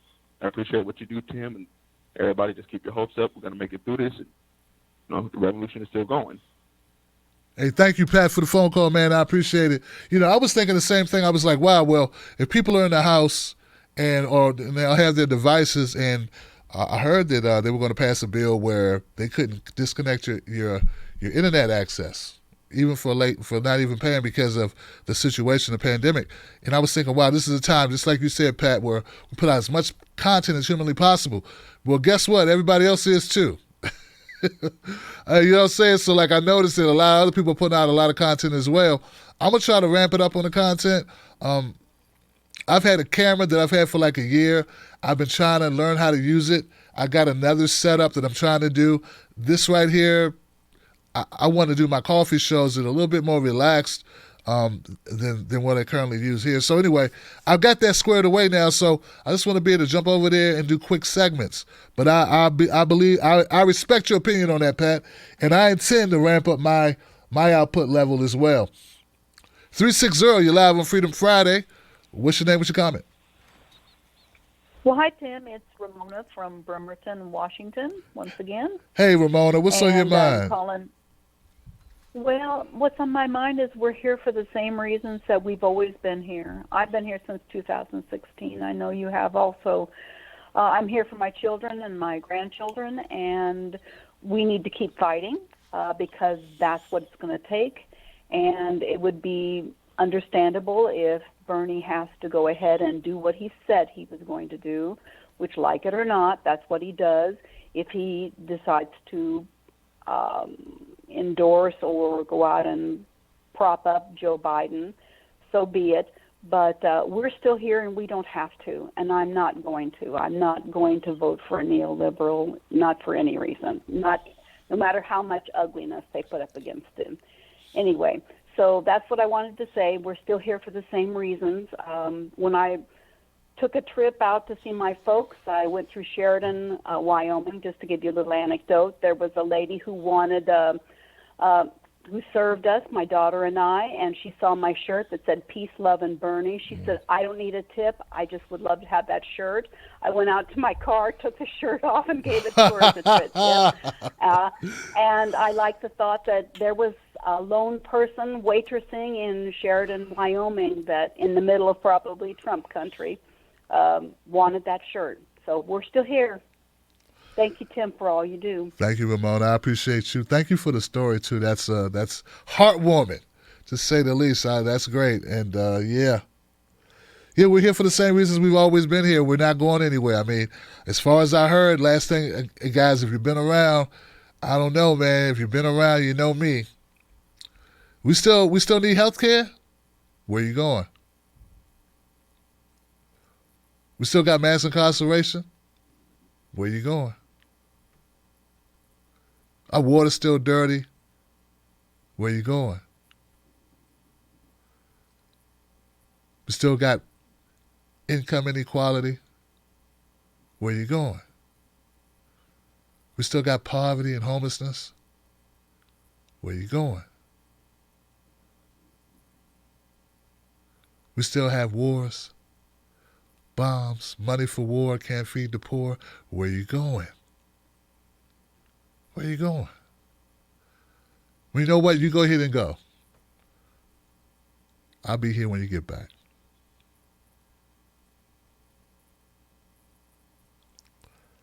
(425), you're live, Freedom Friday. What is your name and what is your comment?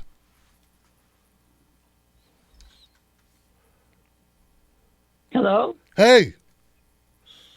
Oh, once again I got fooled. No beef. Doggone it. Anyway, Tim, it's Finn from Washington State calling you again. And I just wanted to say the one thing that you, above any other person who has any kind of webcast, especially TYT, you keep it real. Wow. You just keep on keeping it.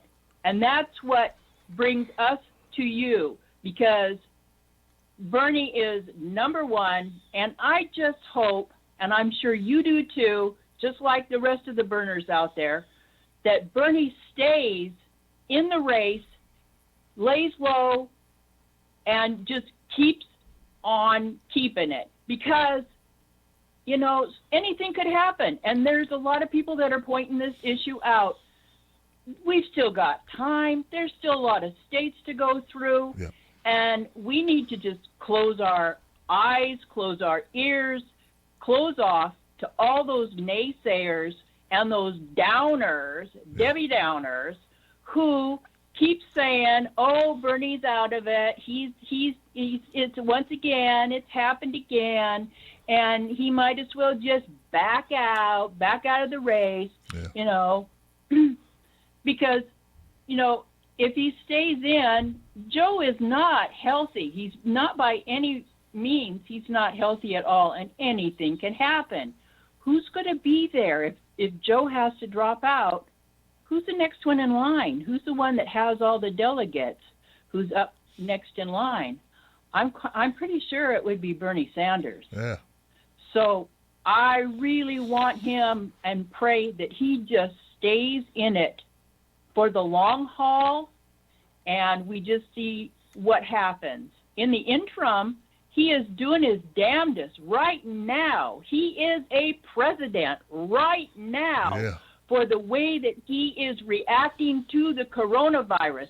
He has put his campaign on hold, and he is focusing on the coronavirus and everything more than Trump, more than Biden, more than any of those assholes that are in the government.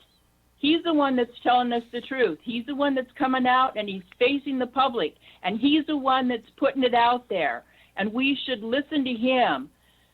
The problem is that, like the Young Turks was saying, downplaying about Bernie. Well, he lost it. He should have been tougher on Biden. Yeah. He should have really, really nailed him.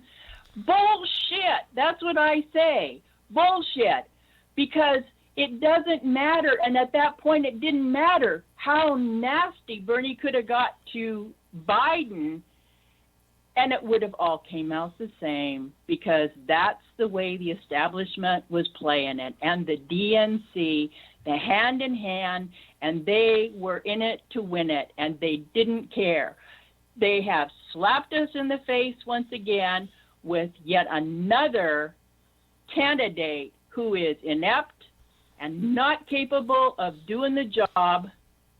For what reason? Because he's not Bernie Sanders. And that is a crying shame, because we all lose, because they cannot tell us that the man that goes to all these cities and pulls in thousands and thousands of people at his rallies, this man is a fucking rock star. True.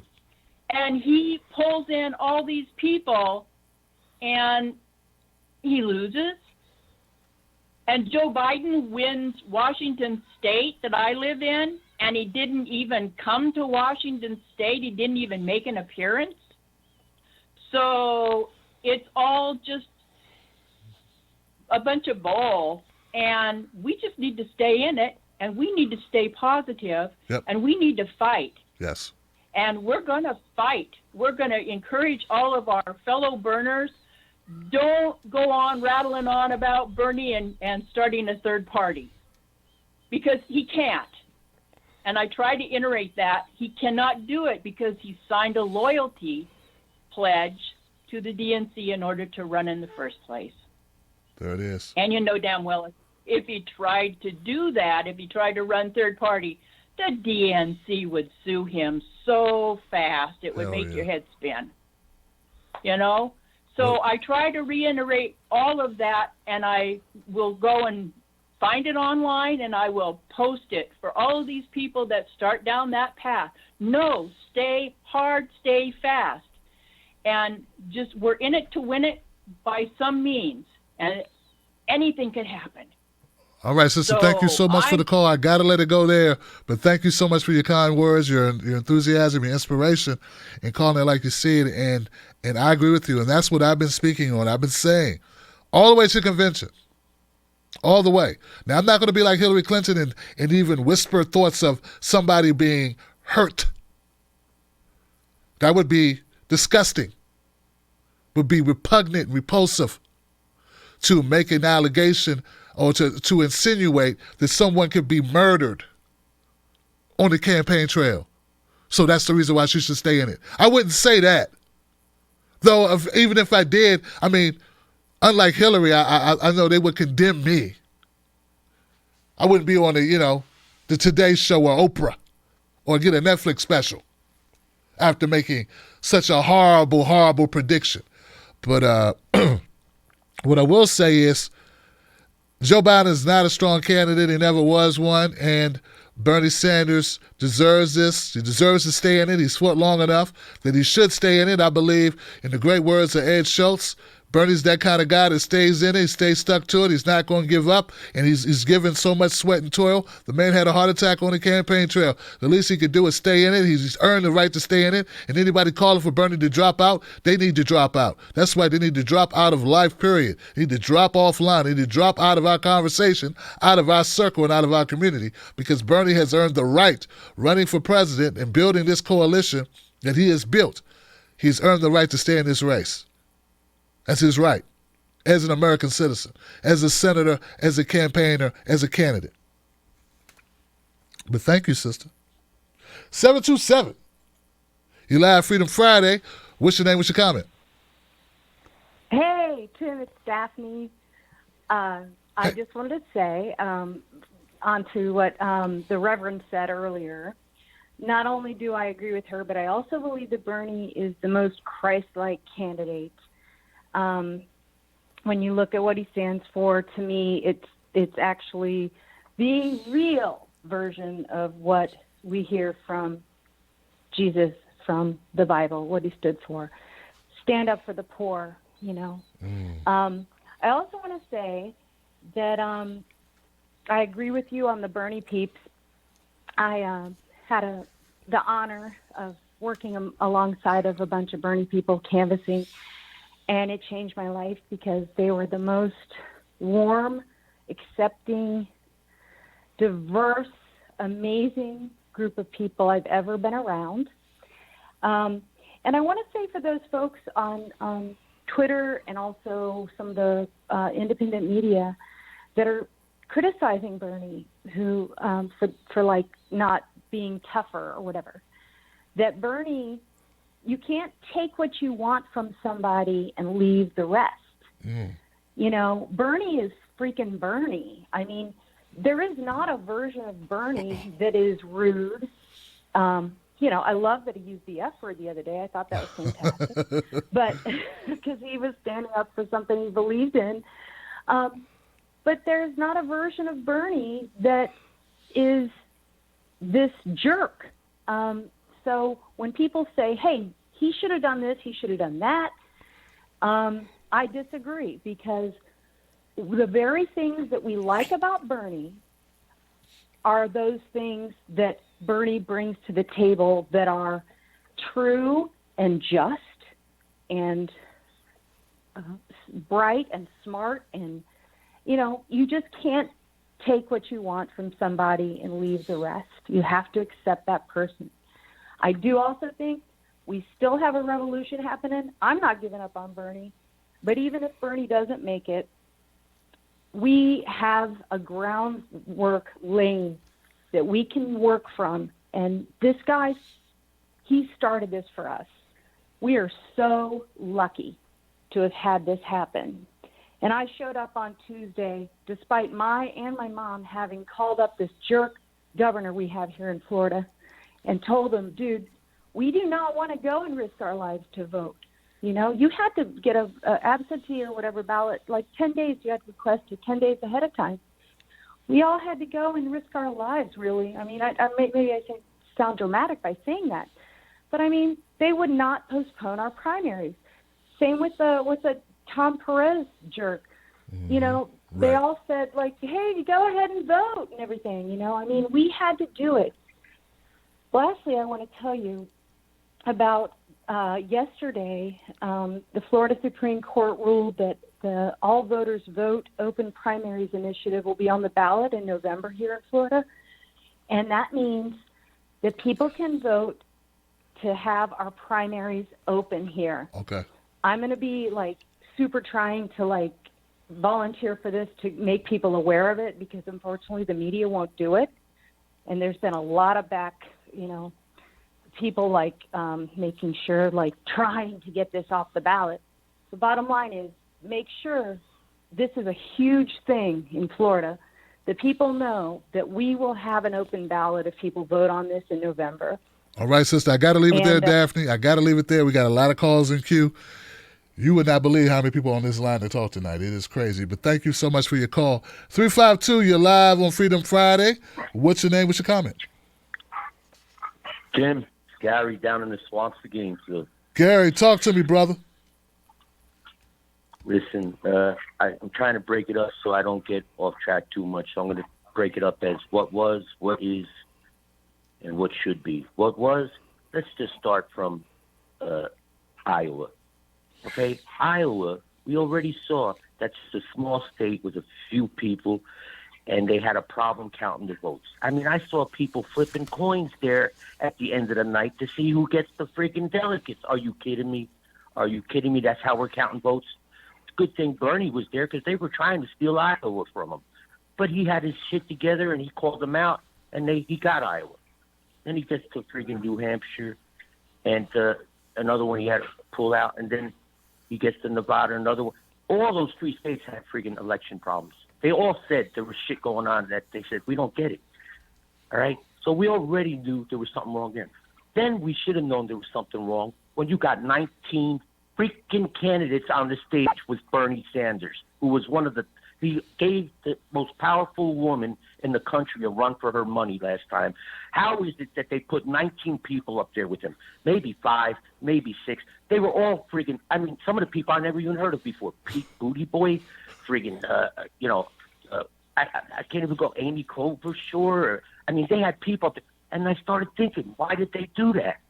Well, no shit. If you friggin' dilute that friggin' voting process, you're taking votes away from Bernie.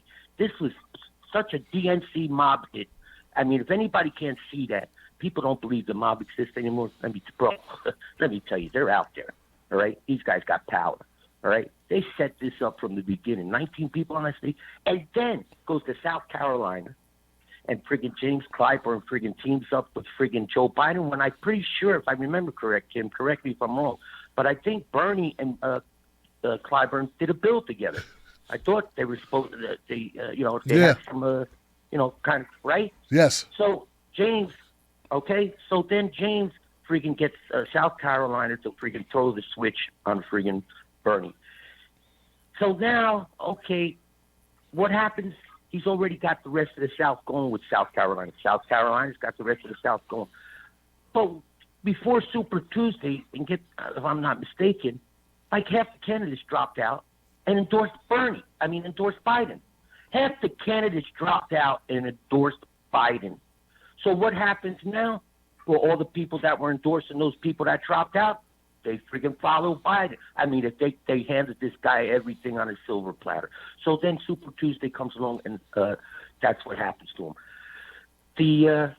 The last Tuesday, the mini Tuesday or whatever they call it, the second Tuesday, you got friggin' states, Michigan and friggin' California was on the first. Was California on the first Super Tuesday or the second one? Second. I can't remember. Second.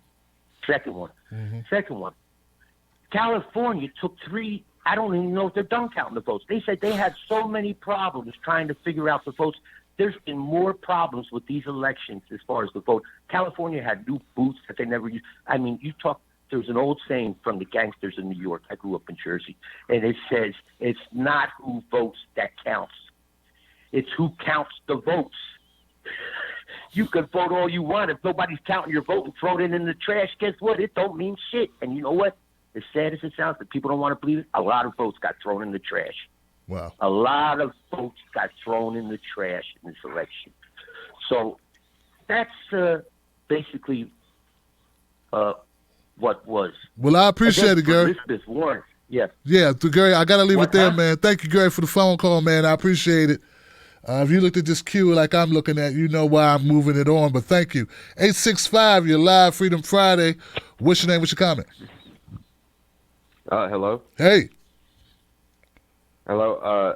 I'm John. I'm a truck driver out here. Do you think, given that for the past, ever since it dawned on everybody that Trump was going to win, and they engaged in various, legal maneuvers, you could call them conspiracies or whatever, but Russiagate, Ukrainegate, all of those things. If even 25% of Democratic faithful voters really believe, and not just faithful voters, but likely voters, people that you could activate maybe with the right candidate, if they believe the things that come out of Russiagate, those things are terrifying. Our president is a Russian puppet. I think that maybe the scales, and I do believe that there are election irregularities, like it wouldn't surprise me at all. But I do believe that fear has maybe tipped the scales against Bernie and the progressive movement. And I'm not sure what could have been done, because we all know how powerful the mainstream media is. Like, they get no views on YouTube. you are way more powerful than like the CNN channel, but somehow, like they set the narrative for everything. So I do get that, but I think that the fear of everything that the DNC cabal has kind of put out ended up like really tipping things against the progressive wing of the party that really should be ascendant right now. And that's my comment. Thank you so much for having me. Absolutely, John. Thank you for the phone call, man. I'll tell you how the algorithms work is that they give NBC or CNN, they give them more leverage, more credibility, and more weight when it comes to search discovery. So even if I beat them to the punch, when they put out a video on nearly the same topic, in search results, they're going to come up before us, even though they have less engagement, meaning less people do comments in the comments section. They did less shares. Not many people share CNN's content or MSNBC for likely reasons. Most of it is very vanilla. None of it has any flavor, any style, any charisma, anything like that. No jokes, no drama, no passion, no nothing. Just people reading off of teleprompters. So there you go. That's it. And you already know what they're going to say before they say it because they always line up behind the corporate narrative. So, so you're right. So that was sort of like part of my beef earlier, if you heard me say how this guy was taking a dump on independent media. Man, we're up against it. He has no idea whatsoever what independent media goes through trying to survive, And I don't agree with everybody, and I've complained about certain people, and people complain about me. But we are a far cry better. Even the David Packmans of the world are far cry better than CNN and MSNBC, man. Sam Cedar, we disagree, but come on, man. Sam Cedar is not MSNBC, and what we deal with is hellish. But we have to do a better job. We must get stronger. We must get more diverse. We must find ways to reach more people. That's why I have a text group now. Text me, cornbread. The word cornbread, one word, code 21,000. Join my VIP text list. We have to find other ways to communicate, not just ways that they can shut down. I cannot just rely on a YouTube video. So we're on Facebook, we're on Instagram, we're on Twitter, and we're also on text, and we're going mailing list, and we're doing all these things. So I'm going to go to the next call, man. Thank you, John. 614.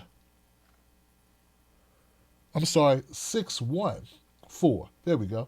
614, you're live on Freedom Friday. What's your name? What's your comment? Hey, Tim, this is Ty in Ohio. How are you? Hey, what's up, Ty? What's on your mind, brother? Hey, man. Yeah, I'm just, the whole Tulsi thing, it was something that I was disappointed in, but not surprised. Just seeing her and just trying to figure out, as far as Bernie's getting older and trying to figure out who's going to be the next person to take up that progressive mantle. It's like you see Warren kind of just not do anything. You see Tulsi kind of pull this move where it's just like you see them like. Hold on a second. If they Ty, just fell in the right place. Hold on. Excuse me, Ty. Yeah. What's your screen name? Is this No More Donations? I don't. No. Okay, you said Ty in Ohio. Okay, I'm sorry. So what were you saying about Tulsi? You were saddened, but you weren't surprised.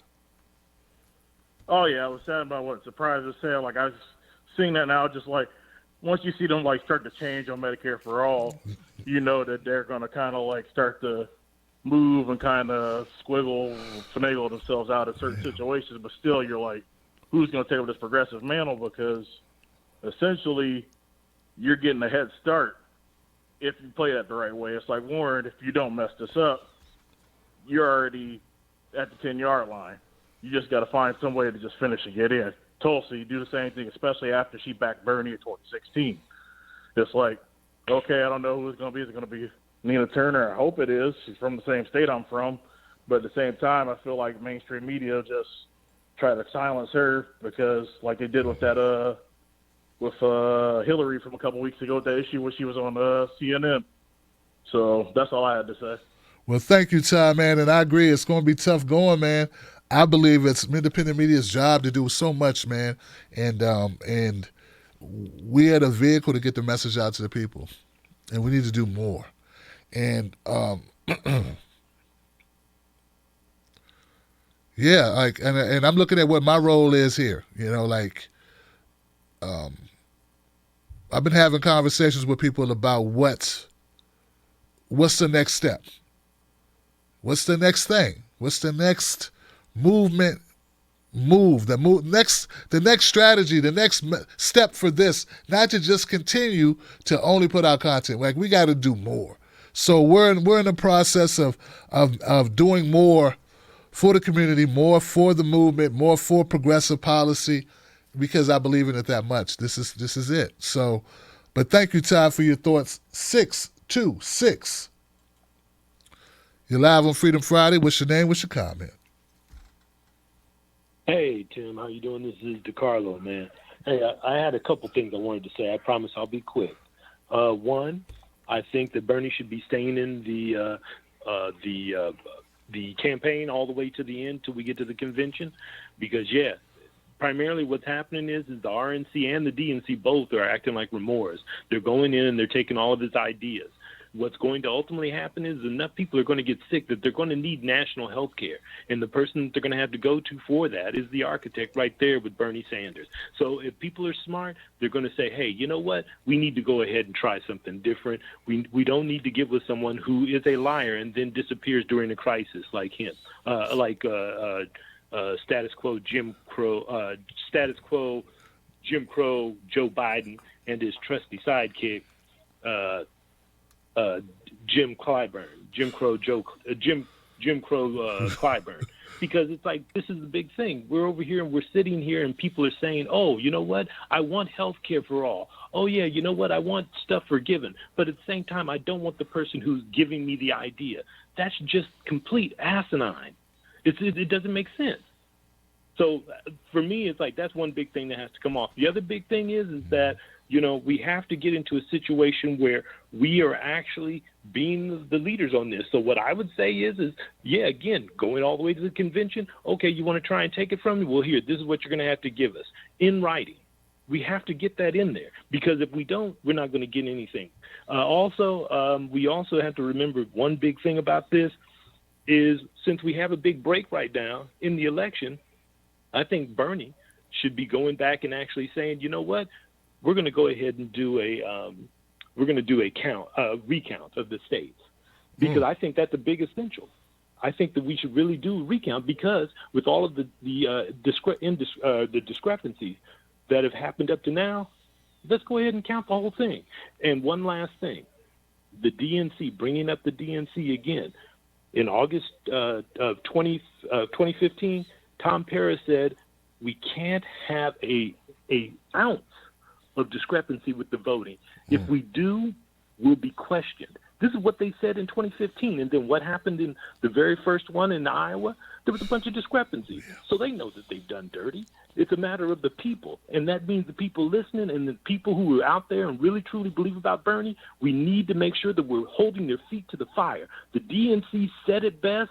They said, we can choose a better candidate than the people. That's not democracy. That is not democracy. That is authoritarianism. I don't care if it's on the Republican side. I don't care if it's on the Democratic side. A vote is a vote. A vote is a vote. Thank you, DeCarlo. I appreciate you, man. 772, you're live on Freedom Friday. What's your name? What's your comment? Is that me? That's you. Hello. Hey, how you doing? Tim. Hey, what's up? You're awesome, bro. Thank you. I really appreciate you.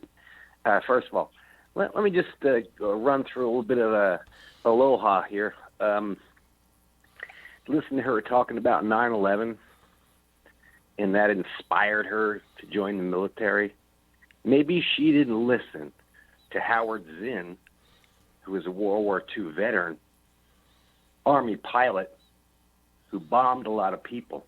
And his comment was simple. We need to figure out why people would want to bomb our country. That would be the point. Not joining the military, but figuring out why people want to bomb our country. And it was pretty clear, because we're fucking people all over the world, and they get pissed off, and then they react. So maybe we ought to figure out a way to stop that. Wow. This Are we still here? Yeah, you're good. Okay. So like these slow-mo videos with her uniform on and the hair blowing in the wind, it's disgusting. I mean, honestly. I mean, let's get real here. We got to look at what we're doing and why shit's happening and not get into this ridiculous. If she's anti-war, just stop. It's ridiculous. Whew, man. What's Am your I name? wrong? No, what's your name, caller? My name is Rick. Rick, man. O'Brien. Rick, I love your style, man. Thank you for calling up. No, hell no, you're not wrong, Rick. I appreciate it. Yeah, like, damn it, man. See, that's the thing. That's why Bernie, man, it's not, like I say, man, it's not about style points. So don't get me wrong, man. I'm a person that believes a lot is gained by having a personality, and your personality is important. But I never felt that Tulsi was being authentic. And I caught a lot of hell for that. That's why I'm so mad early, man. God, talk about, man, I caught so much crap for calling her out on so many issues. You know, but yeah, man, let's say that whole patriotism angle, that, I don't know, man. I just never got with that. But thank you, Rick, for reminding us that people are who they are, who they show themselves to be, not who we want them to be, right? So I appreciate it, man. Wow. 646. You're live on Freedom Friday. What's your name? What's your comment? Hello. Hey, how you doing? Hey, Tim. This is PJ from New York. PJ, what's up? Well, I just want to say, thank you for answering my call. I'm not like that other 646 asshole. We're not all like that. But I love your show. I love your integrity. For me, journalism is like a good book. It needs to have a spine, and I appreciate good journalists who have a spine and have integrity. So really love your show. And I wanted to provide a little bit of optimism in these dark times, some scientific breakthroughs that are happening right now as we speak. Aquaculture 101, if you search Aquaculture 101 with the hashtag, you can pull up the same article where the UN is working with aquaculture fish farmeries to help provide a more efficient food production for the growing population of people, to provide food in form of seafood and vegetation, and also to help cut down on the greenhouse gases as a result of, farming animals like cows and pigs and so on. There's also another company, a Swedish beer company, that put out a beer, I want to say a year ago now, that people might be able to actually get their hands on now, where they took reclaimed water and turned it into beer to show that it's safe to drink. Now, reclaimed water is water that was once sewage water that went through several filtration processes and total sterilization. It's totally safe to drink. And they turned it into a beer, and actually it went to Arizona for some beer festival there. I don't know how well they did, but kudos to them. Lastly, scientists, researchers in Cardiff University in Wales made a breakthrough with cancer treatments. They were studying the relationship between bacteria and immunity cells 90 called seconds. killer T cells, and they stumbled onto something that basically resulted in the immunity cells of a person's body fighting only cancer cells, leaving the other cells intact. And they weren't even trying to do this, but they stumbled onto it, they kept pushing it, and they discovered that it cures a whole lot of cancer cells. Now, this technology is probably still 10 years away, but it's something to kind of look for on the horizon that we might have just stumbled onto 60 a way seconds. of keeping cancer at its own game and providing that hopefully with Medicare for all. Yes, I am pro-Bernie. Yes, I am a progressive, but it's because I'm pro-science. It's because I'm pro-human rights across the board. So I wanted to provide this little bit of optimism and also state that the legalization of weed, specifically in Washington State, rose $550 million in tax revenue after over $1 billion in sales. Wow. And that money times 50 states could help provide the funds that everybody keeps asking about for Medicare for all. And if we take some of the money that we spend on bombs, pay our soldiers a little bit more so that they can have a livable wage, benefits, and also 10 something to put in their seconds. savings account for their children that they had to leave in order to fight these rich man's wars.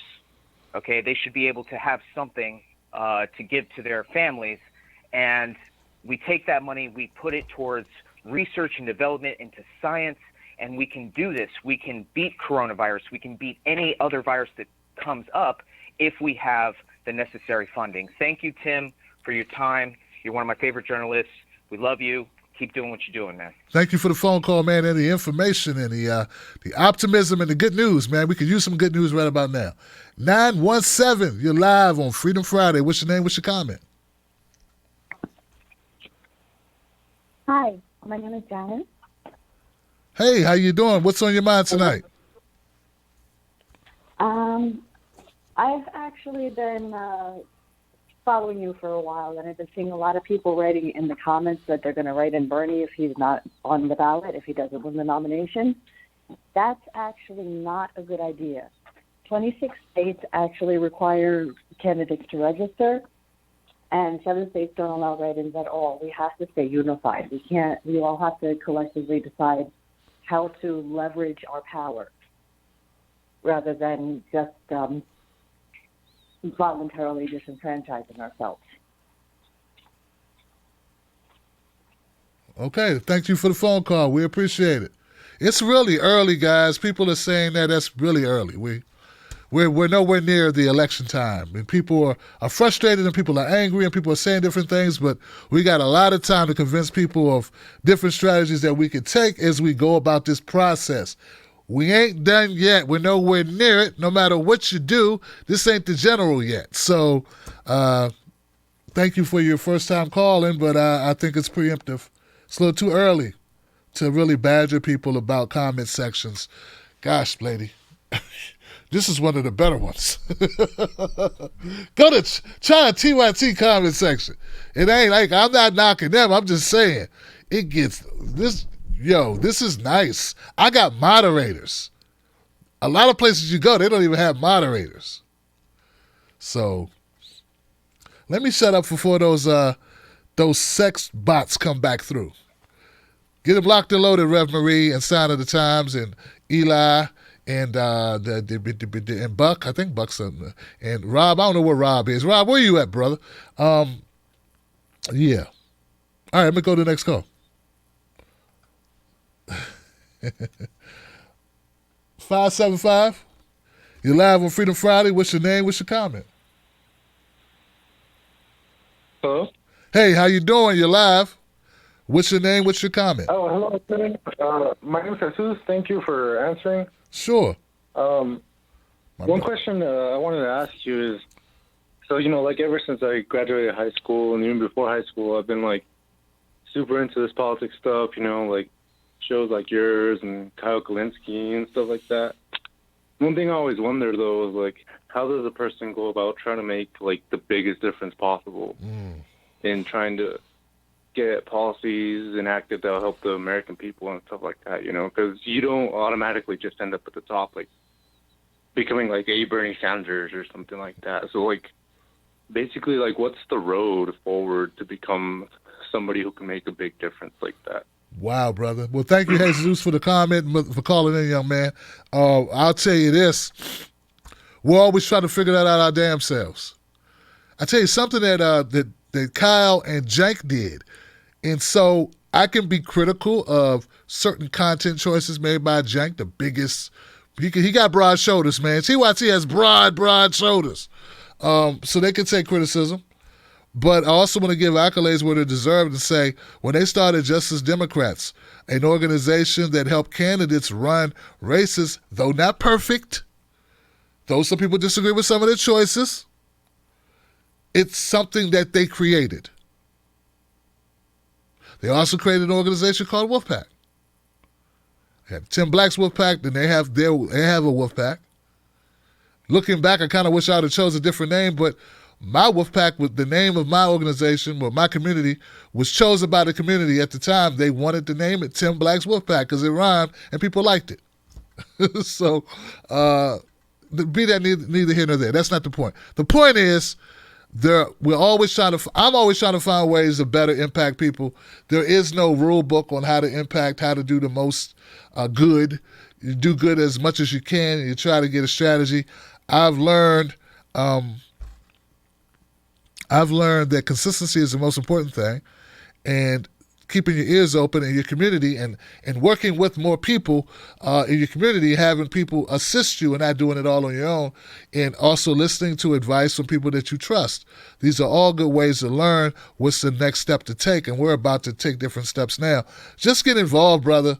Get involved. You'll feel your way through, and your heart will guide you, and then your brain will remind you and help realign you. So we're behind you. So keep going and keep being inquisitive and get involved wherever you can.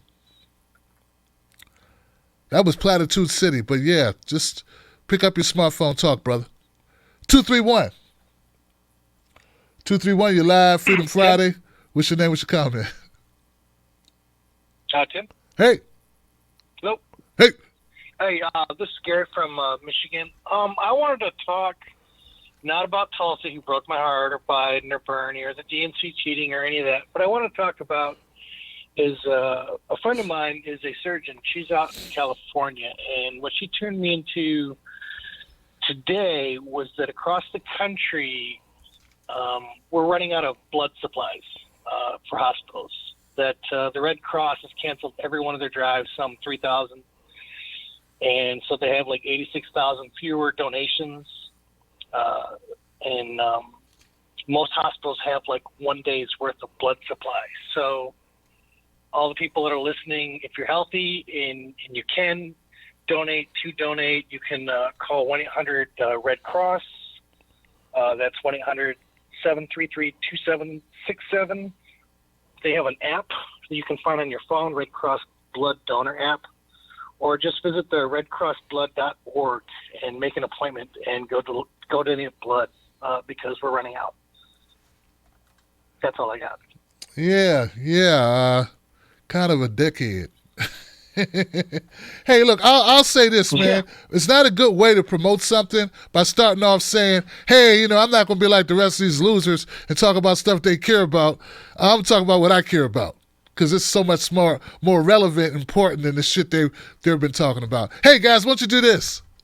It's probably not the best way to sell it. Maybe it'd been better just to tell people about your thing or say, hey, guys, here goes something different that's important that I would like to also mention. And then, because honey attracts more bees than salt. So yeah, come on the line and kind of like insult everybody watching because they're not talking about the blood drive. Anyway, go next call. What's wrong with people, man? 912. You're live with Freedom Friday. What's your name? What's your comment? Hello? Hey, how you doing? Hi. Hi, Tim. Hey, sis. What's on your mind tonight? This is Lisa from Georgia. Hey. Hey. I'm really upset about what Tulsi did. I liked her. I donated to her. My son donated to her, my boyfriend. And I thought she was really anti-war. And I don't like the way Jimmy Dore is Bernie bashing every time I turn around. I think it's ridiculous to blame him for what she did. And I don't think that us progressives could get anything done until we have clean elections. Everything that we stand for, we can't trust these voting machines. The exit polls don't match up. I just think it's ridiculous. And I still like Bernie. And I hope that he goes to the convention and even starts a third party. And before Chelsea did this, I was hoping that, she would do that too. But I'm really heartbroken and disappointed at what she did. And I really can't stand her, even on the level of Elizabeth Warren. Wow. I mean, that's how bad. I think that's how bad really, she's a backstabbing snake in the grass. Don't you agree? Yeah, it's pretty bad. It's pretty bad, yeah. I just felt like Elizabeth Warren actually did things I felt that were more overt, like really, like when she went after Bernie on that sexism stuff, I felt that was a little further than Tulsi. But yeah, I'm disappointed in what she did as well. Yes. Yeah. Yeah. Right. I never liked Elizabeth Warren. I could see that she was a phony from the get-go, but I liked Tulsi, even though she did seem a little robotic at times. I did like her, and I thought she was truly anti-war. But when she voted against the anti-BDS movement, I didn't like what she did there. I thought, maybe she's not so good. But then I gave her another pass, and I don't like the way Jimmy Dore is fawning all over her and blaming Bernie for it. And I like what Graham did tonight on his show, where he came out and, let her have it, because really I think it's just wow, a backstabbing. It's horrible, Tim. She's a Trojan horse. That's what she is. I mean, really. What do you think, Tim? Oh, well, look, I thank you so much for calling, Lisa, and I've said the same thing. I didn't know that Graham did a show about it. I just know that he tweeted something about it to her that was, of course, public and everybody could see it, and it was just his disgust. This was yesterday. People feel strongly about it. That's why I didn't like the caller kind of minimizing how people feel. People gave to campaigns. People gave their hard-earned freaking money, man, because people believed in a person, and people are upset about it. That right to be upset about it may not be important to you, but it's important to those people. Maybe when you believe in someone and they let you down, you're very angry. I mean, it's understandable. So yeah, I wish she wouldn't have done what she did, but better now than later, right? Better now than later. Better now than 10 years from now when she's running again. And she's got an opportunity to be, better to find out now. It is what it is. Same thing with Elizabeth Warren. As long as people have their eyes open now, you can't be fooled again. And if you are fooled again, that's on you. If you think these people are going to all of a sudden grow ethics, I mean, there was nothing to be gained for us by her doing this. Biden don't need her to fall in line. Biden doesn't need her to give an endorsement. We needed her to give an endorsement 3 weeks ago, back at Super Tuesday, and she didn't. She could have just dropped out. That would have helped more. She had 2 delegates, Johnson. Elizabeth Warren didn't drop out. Well, not. She ended up losing her own state. Andrew Yang didn't. He dropped out. What did he do? Fall in behind Biden, who he's looking for a job from. Very self-serving people, man, and that's... So we just, we learn, we look, we learn, we have long memories, and that's important. That's what we do. Anyone who was fooled, don't hurt yourself. Don't kick yourself too much. They put together. They have a staff of people that help them lie to us. Just like the same thing I tell you about propaganda. Like when you believe propaganda, or you get duped by CNN or MSNBC or Fox or whoever it is, CBS, ABC, anybody. There's a lot behind the scenes to fool you. They spend millions of dollars to get you to believe stuff. So don't kick yourself too much. Be glad you woke up. Be glad you recognize it now and act accordingly. But thank you so much, Lisa. 330, you're live on Freedom Friday. What's your name? What's your comment? Hello. Hey. Hi, Tim. This is Georgia in Ohio. Hey, Georgia, what's on your mind? Yes.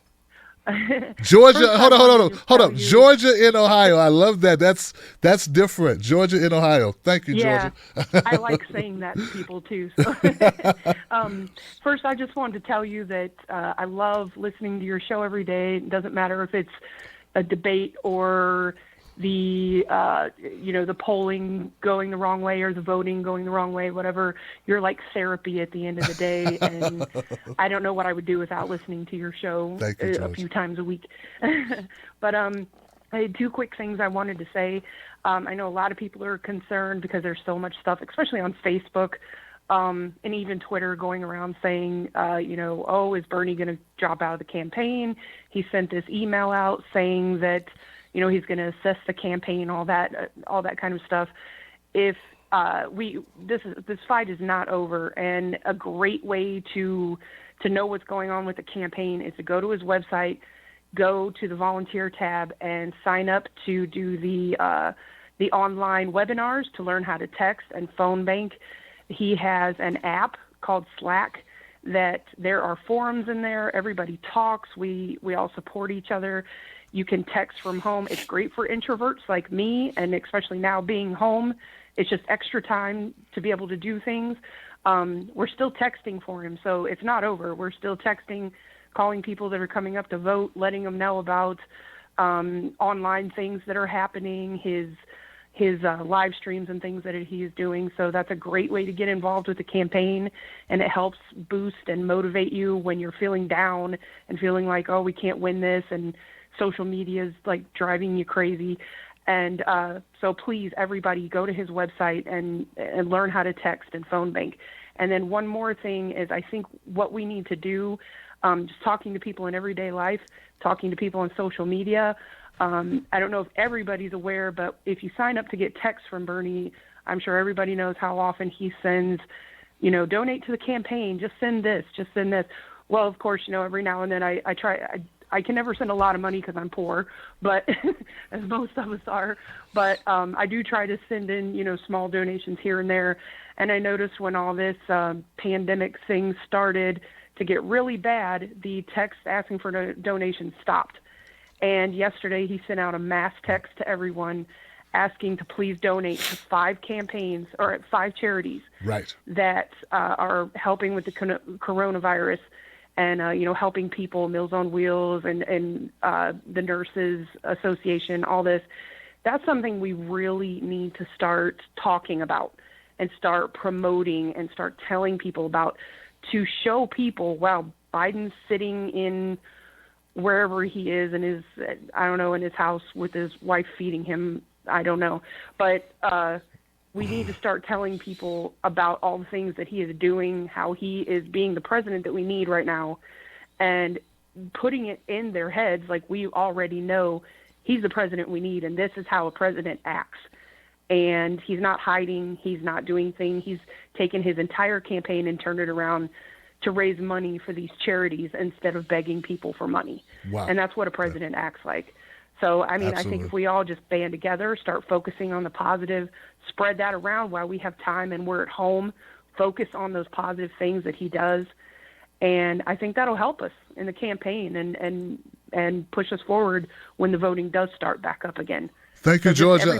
I appreciate it, Georgia. I got to leave it there just because of time, but I appreciate it, and a great message. And you're absolutely right. I'm on that mailing list, or that text list that you're talking about. It's just dead on the money about what the focus has shifted from raising money for the campaigns to raising money for people that need it, and charities that are helping people who might be affected by this COVID-19. I'm going to go to 808. 808, you're live, Freedom Friday. What's your name? What's your comment? Is this me? Yes. Nitai Bishop? Hey, Kai, what's up, man? What's on your mind? Well, it's just funny talking on the phone directly on your show. I'm sorry. I didn't expect to get answered. It's all good, brother. Glad to have you.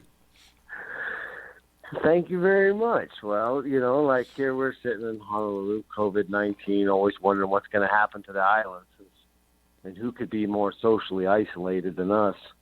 But, I guess people do visit, and, the whole tourism industry is our thing, It's funny, though, out here in Hawaii, like, we don't all talk about Tulsi Gabbard too much, even though some of us grew up with her.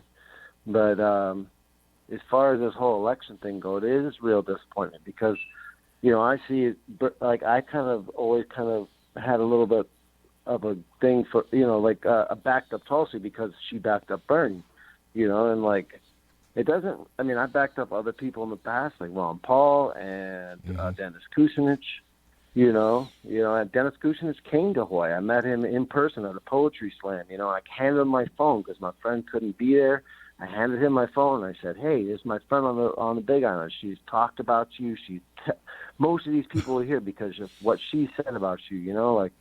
Anyhow, he grabbed the phone. He talked to her on the phone. You know, they had a chat. You know, but it's personal. It's the person. You know, like leaders are people. Leaders are people that believe in themselves and that believe in what they're doing. You know, and you're a leader in what you're doing. You know, and community is what it's all about. You know, and like we're really going to move forward. We have to stick together as communities. It could be communities on the radio, people we listen to, people we comment on, you know, but really we're in this together. We are in this together. Aloha. I fucking don't shit on aloha because aloha is the shit. So hospitality is the shit. Anything that gives people like what comes from their heart to like open the door first. We open the door first. Come on in. And then you fuck shit up.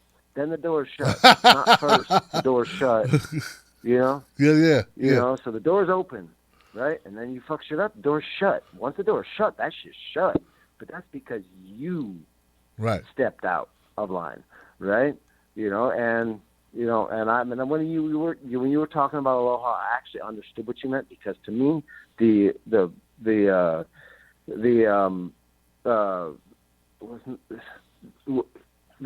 not prostitution. It's like when they use, it's the mediation or whatever the fuck of aloha. When somebody just says aloha all the time, it's just like love. They put love on everything. Love on divorce cards. Love on everything. It's like no, love is love. Aloha is aloha.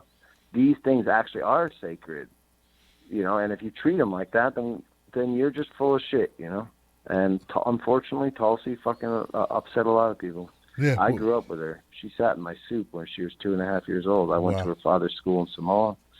You know, like I have an intimate relationship with that family. Wow. And that disappointed me because I thought she was, you know, I know where her background is. I know that she has a very strong directive. I thought she was a little bit more authentic, you know. It's like authenticity is everything. Well, look, Kai, I want to thank you, brother, for calling up and giving us a firsthand insight. And you know, you're right, man. I just felt like, and look, no disrespect on the aloha comments. It's just that she says it so often, like you stated. That video just got to me, brother. Like Joe Biden has done some horrific things that do not deserve endorsement, and particularly not just of anyone, but particularly as someone who's against a lot of the policies and the positioning of Joe Biden. I could not believe that. And then to sort of like, you know, then a brother doubling down and making it seem like it's because Bernie, you know, that has nothing to do with Bernie. Like, I'm not going to do the wrong thing just because you pissed me off. It goes against everything that she's been selling people. So, but I thank you, my friend, for calling up. And as long as you're genuine and real in your stances, I mean, that's what matters. That's what I believe. That's what I try to be. So thank you, my friend Kai. 510, you're live Freedom Friday. What's your name? What's your comment? Hey, Tim. Hey. Hey, Tim. This is Kenji. So I think everyone actually is missing why Tulsi didn't back Biden, and you have to follow the money and her supporters. So there's a bunch of reports. You could look at the Intercept to start, where Tulsi and her, shouldn't call them assets or anything, but she has a large group supporting her in India, in Modi, right? There's an Intercept story about this. In Fremont, California, she's come out here a couple times, and the reason why she comes out here is we have a very large Indian population.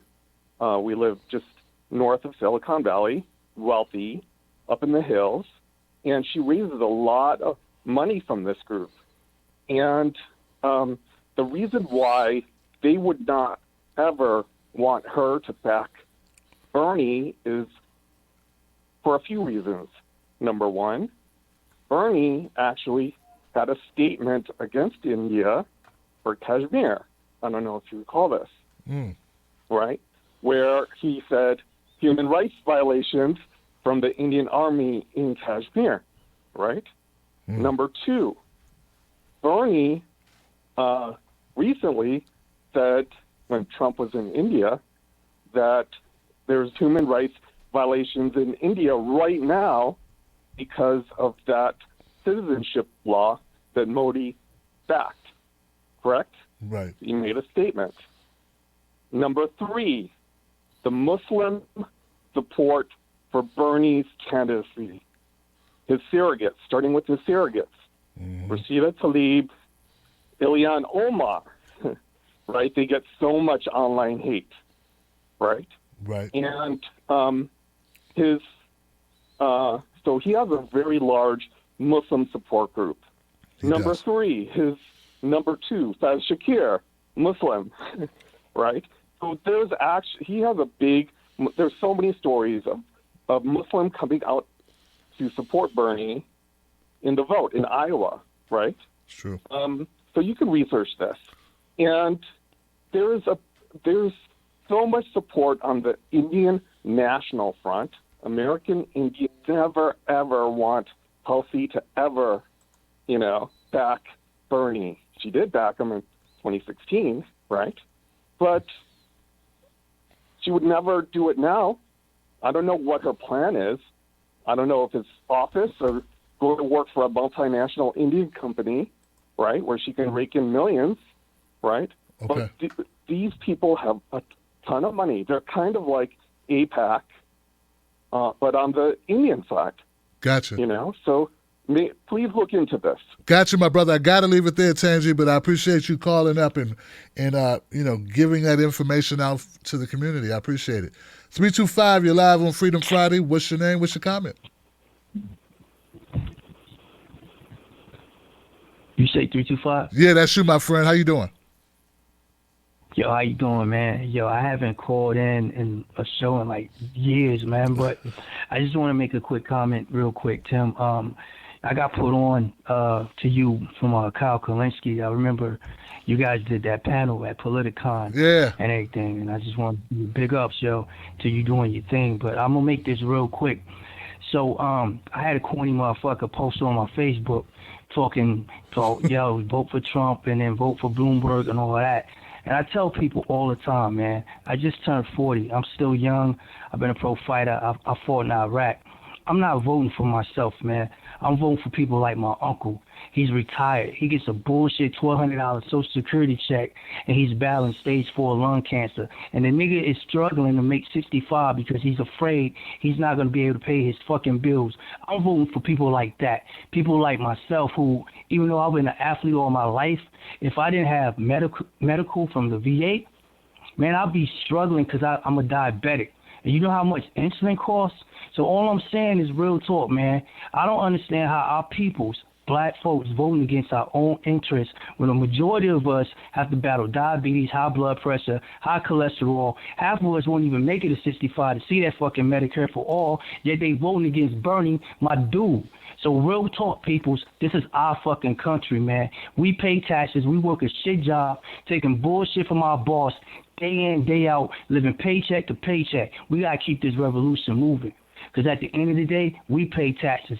And I ain't voting for no fucking Biden and Kamala talking all that. I was the little girl, but support him. Corey talking about he not mentally real, but he support him. All that just goes to show you that these moderates, they corny, man. They don't believe in nothing they say. They just talk mad shit. So we got to vote these motherfuckers out and take this revolution to a whole nother level. And if Bernie stays in, bet, cool. If he don't, we got to keep his policies and his ideas moving. Tim, I love you. Callers, I love y'all. Yo, we got to keep this shit moving on. I will be coming out with a radio show myself because of people like you, Tim, because at the end of the day, man, if it's not about us, if it's not us keeping it moving, ain't nobody going to look out for us. Fuck Biden, fuck the moderates, and fuck all them trying to screw Bernie. Peace, yo. Good luck, Tim. Love you, man. You got it, man. Thank you for the phone call, man. Love the fire, love the energy. And I agree with you. And you know what? You're right. You're right. It don't make no damn sense, man. So I I'm not afraid of competition, man. I love competition. Please compete against me. Look at me and say, I'm going to catch Tim Black. I'm going to pass him up. Now, don't do like some people and say, I'm going to use the fuck out of Tim Black, and then I'm going to shit on Tim Black once I get a little bit of weight. Don't do that. But just look at me and be inspired by it and look at what I'm doing and then work your ass off and do your thing, man, because we need more voices. Diverse voices, voices that sound like your voice, voices that sound like my voice. See, I can't do your voice. I got to speak to the people that I can reach in my own natural voice. And you got to speak in your own natural voice. The only thing I want to tell you, my friend, is make sure you stay the same like you are right now, because that will reach a segment of people that we need you to reach. See, there's people I'm supposed to reach. There are people that are naturally drawn to what I give off, the energy that I give off, who I am naturally. This ain't a put on. This is who I am. If you met me in person, I'm the same guy. Okay? This is just how I roll.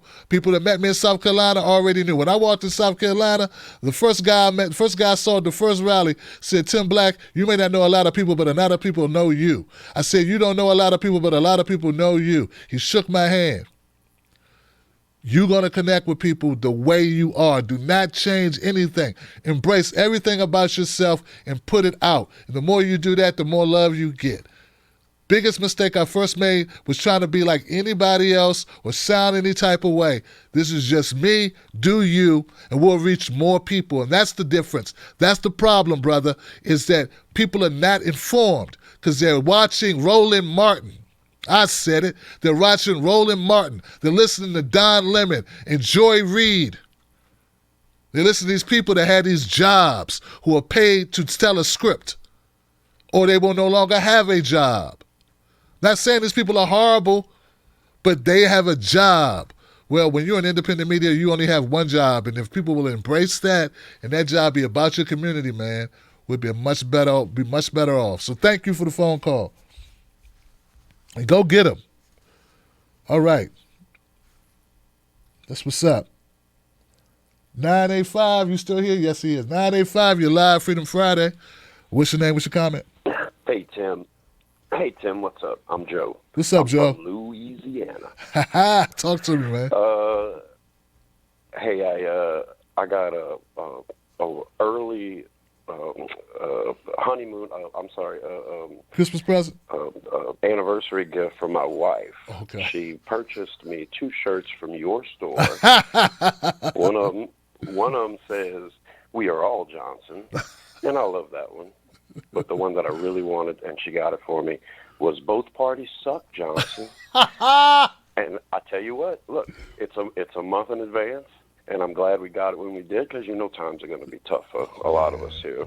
Right now, pretty quick if it ain't bad right now already for everybody. So I just want to say, keep going. I love your show. Been watching you for years. This is the first time I've called in. And I don't want to get into the whole Bernie and Tulsi thing. But what I wanted to tell you was I've seen a man named Harvey K., and he's a U.S. historian and author.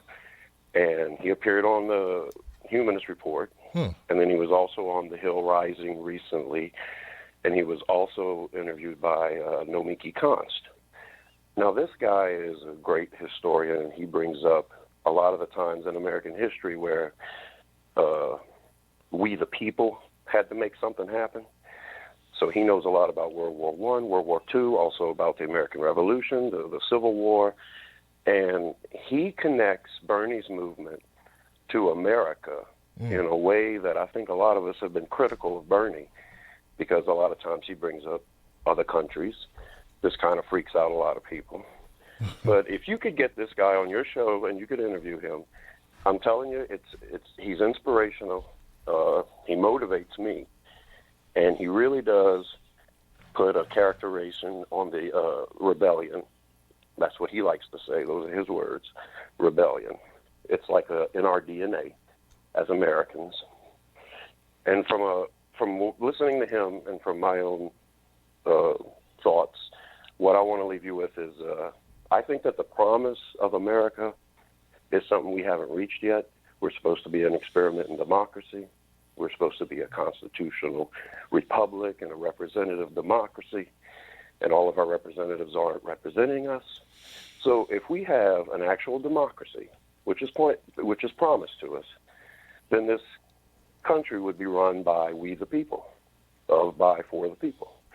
And I think that we would choose to take care of society and ourselves first before we would blow it on international corporations and multi-billion-dollar profitable corporations.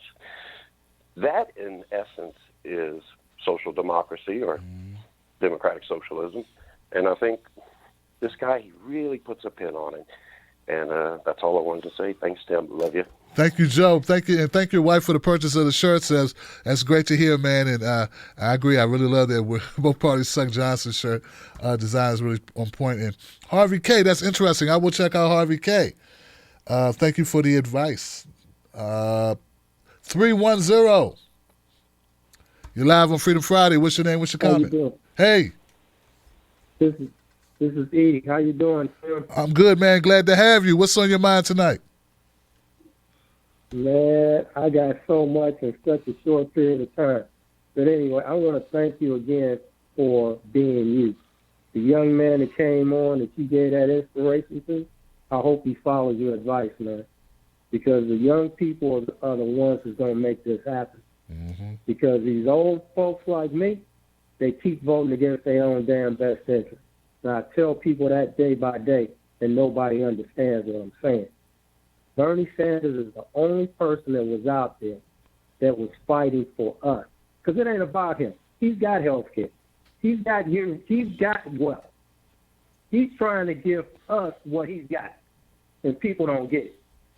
But as far as Tulsi, Elizabeth Warren, and Kamala Harris, all of these lying, I want to call them out of their names. Mm-hmm. But what they did to Bernie Sanders is unbelievable. But it just shows you, like I've told my girl today, I said, these politicians do not give a care about us. I said, they had a bill that came out for this coronavirus thing that's supposed to be putting money in the system, right? They're fighting amongst each other as far as how much should they give the American people. Then they come up with this means test. You can't come up with a means test. The people that you're talking about, we did not cause this. Right. This was not caused by the people. People are losing their jobs. Not losing their jobs, but they can't go to work. So if they can't go to work, you're telling me that you don't care if they get on the street? Well, if they get on the street, that means that this keeps spreading. These politicians, man, they do not give a care. They do not care. And Joe Biden, have you heard anything from him since this been going on? Only thing he tells you is go to his website. That tells you he don't know what the hell's going on. Because that's all preempted for him. He can't tell you what's on his website. Because he don't know. Good point. But Tim, hey man, I thank you from the bottom of my heart, man, that you let me get on here and speak my piece. Because I am so mad with these politicians, I don't know what to do. It is a crying shame the way that they take our tax dollars and they figure out a way to better themselves with our money. And nobody says anything about it. And when Bernie brought it up, they had to hurry up and shut him up. I'm telling you, man, we have to start taking this back. If we don't take it back, they're going to keep doing what they've been doing to us, keeping their foot on our neck. And it ain't just about black folks. We're talking about everybody in the United States. I heard, do I have a little more time? Yeah, man, you got one more minute, man. I'll let you go. One more minute. Okay. I was listening to the Breakfast Club. They had your boy Yang on there, right? Yeah. So Yang is talking about this UBI.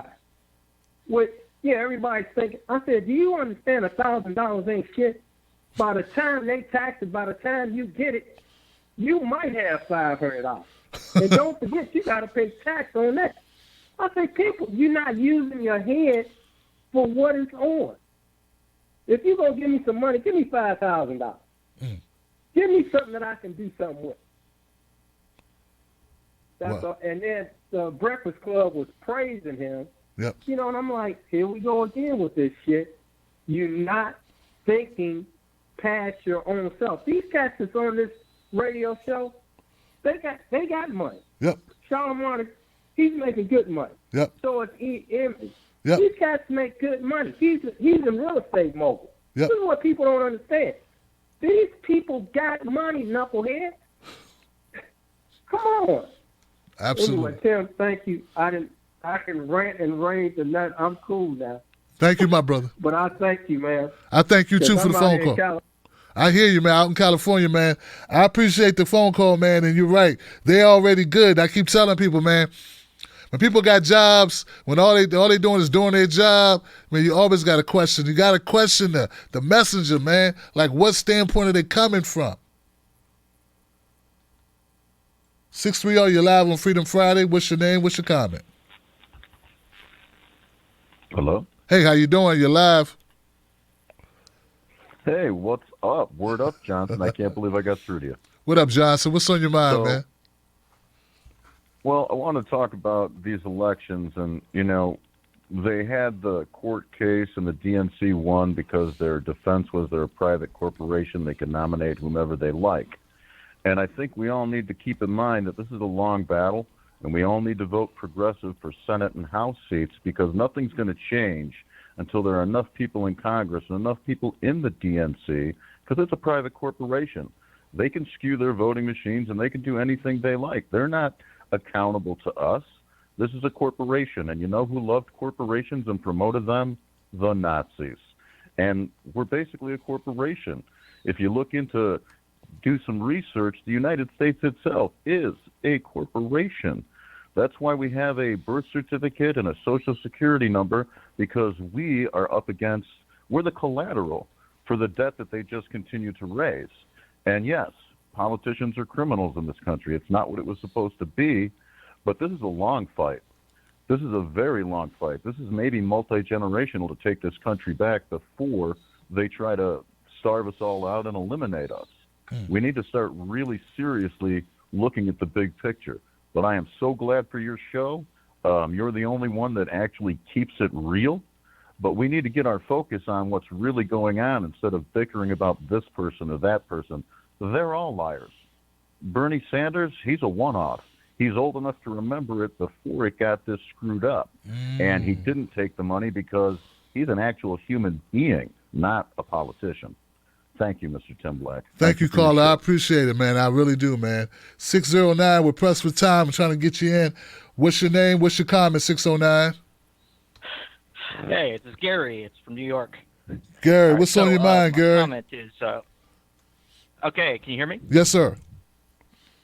All right, great. So I've got a few points I wanted to make. I'm so glad that the last caller said that this is a long struggle. My experience working, just in activism, just going to protests, working in elections, knocking on doors, has been that in order to survive, you need to develop a almost intimate relationship with failure. You should learn to roll with punches and take a long view on everything. 10 years ago, we didn't have anything like this. We didn't have a movement. We had Occupy Wall Street and no politicians besides Bernie. Now we have an entire roster, a whole roster of heroes and champions, people that we can count on to carry this thing forward. I just wanted to say that I think that we need to look past this moment, very much so, and talk tactically. There's a bunch of different options ahead. We have an army of people, and they're very strong.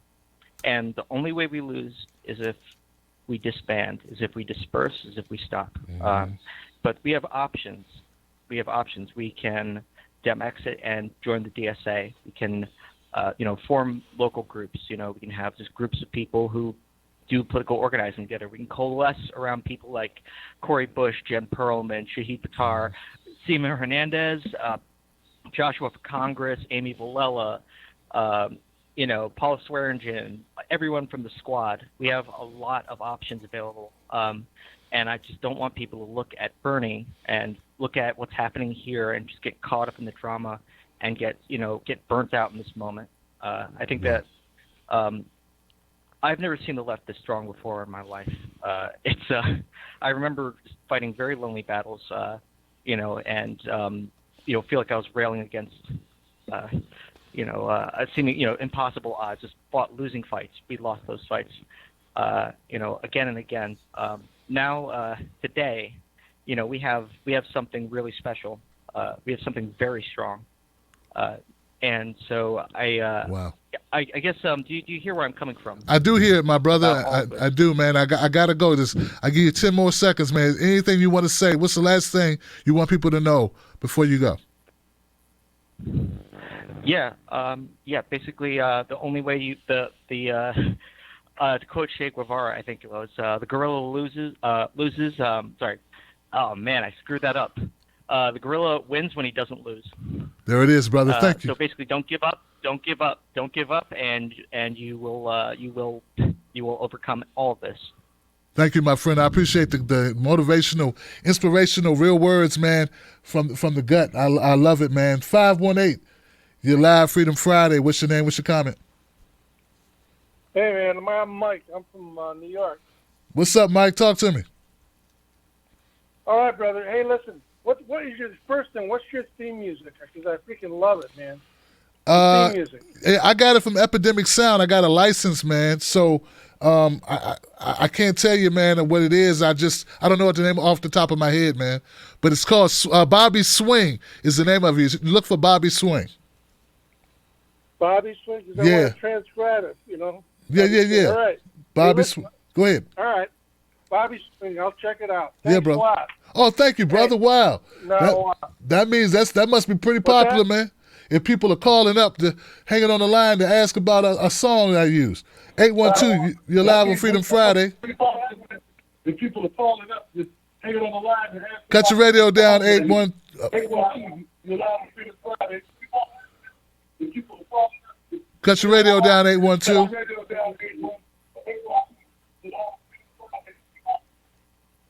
812, you're live. 812. 812. Okay. 787, you're live, Freedom Friday. What's your name? What's your comment? Hey, Sam, this is Armando from Puerto Rico, man. My brother. What's on your mind tonight, brother? Yes. Yeah. I'm really sorry that people didn't, elect Bernie. I don't know how, you could elect a man that has 4 decades, a quest to uplift the vast majority of people in the U.S. And young people talk, but they did not act. They're bold enough to go and party on spring break, but they didn't go out to vote.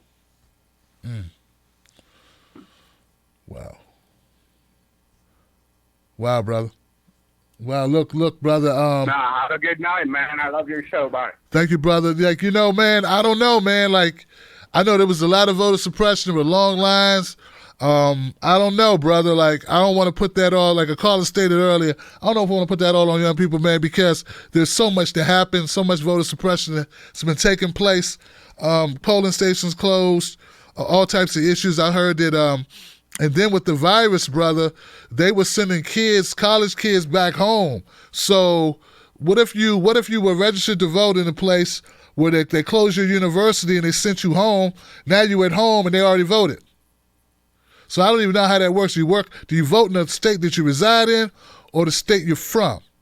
So I'm not sure about how that works, but the media narrative is that young people didn't come out.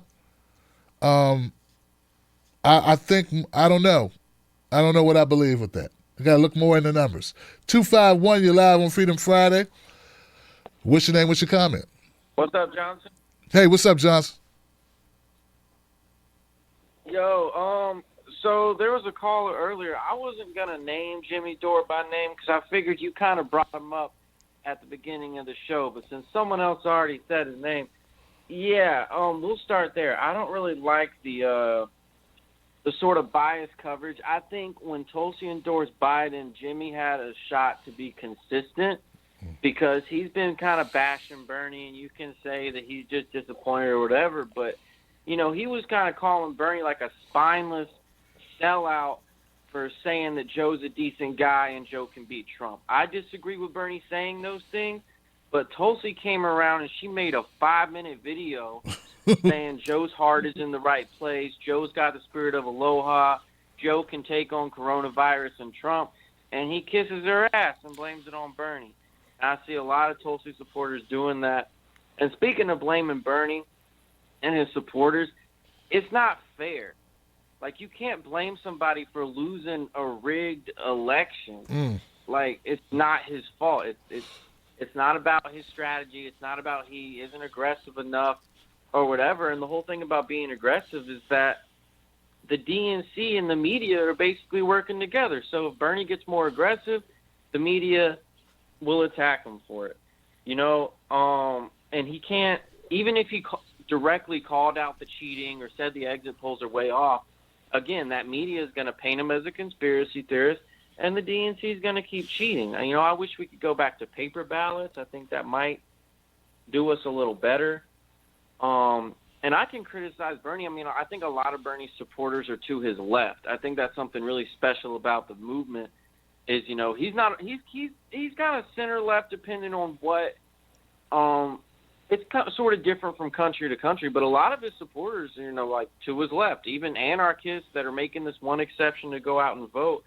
And I think that the controlled opposition conspiracy theories are bullshit. No, I don't think Bernie is just rallying everyone around to intentionally try to get them to vote for Trump or Biden. I don't think he's like throwing the election on purpose or anything like that. Again, it's not his strategy that's costing him this.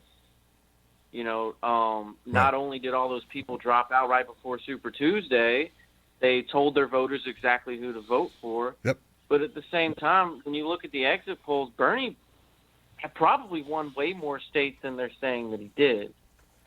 So, I'm not going to blame Bernie too much. But if he doesn't make it to the general, I just want to say, and I'm not saying he won't, I believe in Bernie. If he does not make it to the general, I want to say that writing his name in might be a protest vote. It might send a message, but it means just about as much as voting for Harambe. The Green Party has a candidate, Howie Hawkins. He supports a $20 minimum wage. He was supporting the Green New Deal 10 years ago, and he supports universal health care. So I would look into that. It's a little too early, but once we get to the general, I would look into that. And that's all I got to say, man. I love the show. Thank you, Jimmy. I appreciate it. Damn, I called you Jimmy. I forgot. My bad. That's the first thing you said was Jimmy, so I wrote that down. I'm going to go back to a caller, man. I appreciate your thoughts, man. Thank you for keeping it real, man, and also throwing it in there about the Green Party as an option that we can look at in the future if need be. Let me go back to my 812 number who didn't answer earlier. 812, did you want to speak? Hello? Hey, you're live, 812. How you doing? Hey, I'm doing good.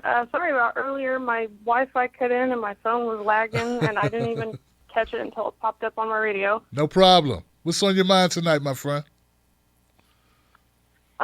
This is Thrasher from Nashville, Indiana. Hey, what's up? Good to hear from you. My first time calling, obviously.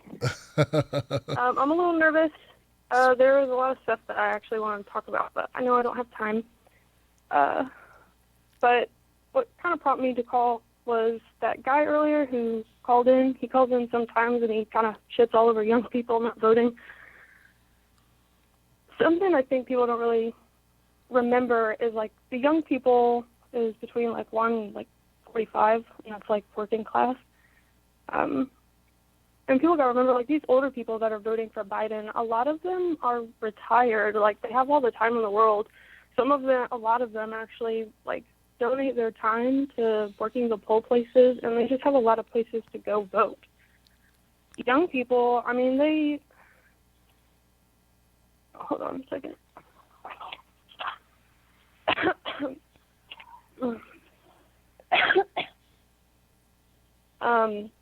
They're not as financially stable, so a lot of them don't have the time to take off. Like, some of these voting lines, we know are hours long.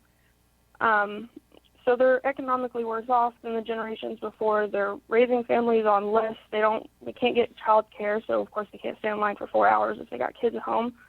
They have side jobs. They have to do extra part-times.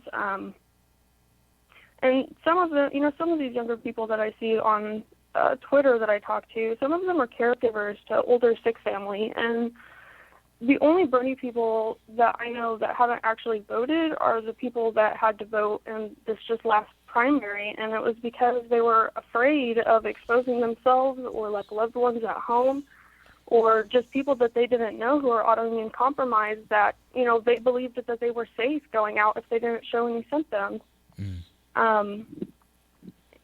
So I think, and another point I wanted to make is I think this really exposes the ableism in our society. Like, I saw so many stories of people who are autoimmune compromised who are younger people who are scared to go out to vote because they don't want to risk their lives.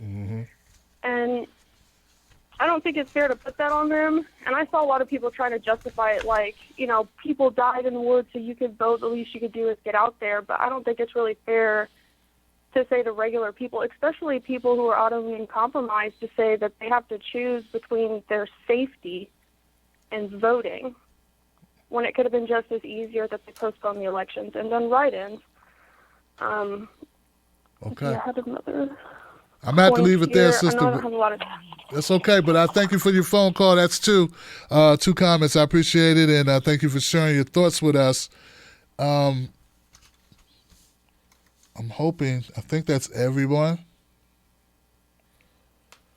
I had a 325 number that somehow I missed, I think.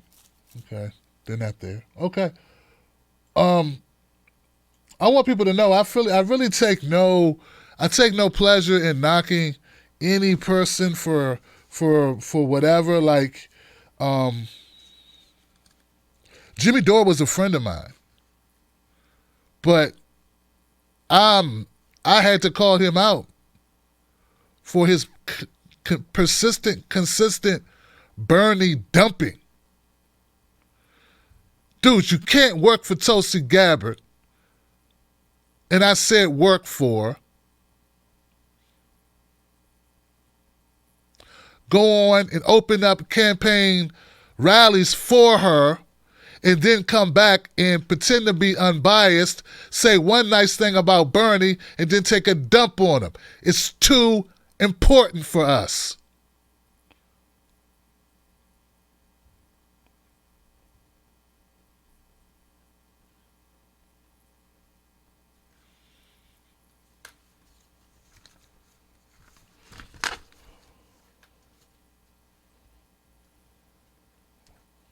So there it is. And when I said that months ago, I lost, people were pissed with me. They were very upset. They said I was wrong. Well, look at it. Look at it now. Was I wrong? Still wrong, huh? I was dividing the left. Sometimes things need to be divided. That is unethical. To work for someone, and instead of spending all your time boosting your candidate, you spend half your time shitting on mine, who I don't work for, who I don't open rallies for. So there we go.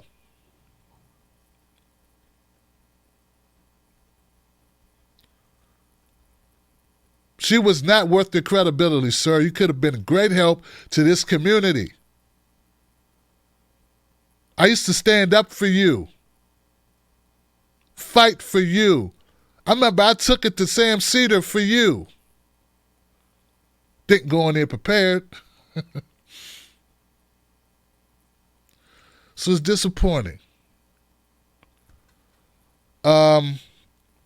And I would rather it be a different way. This is not great. I get nothing out of this. Nothing. I get nothing out of it, guys. I'd rather we be on the same team, go in the same direction. Two guys that got some comedy skills. He's got way more experience, way more. He's an actual real, come on, guys. 30 years in the business, okay? But not many people do what we do. And it'd been better if we'd have been on the same damn page. But I had to say something because I can't allow you to do what you have done. And now it's done. And there you go. And you're still doing it. And God damn it, man. I would like for us to wave the white flag and call it truce. But man, you gotta stop. Thank you for using Blog Talk Radio. Goodbye. Goodbye.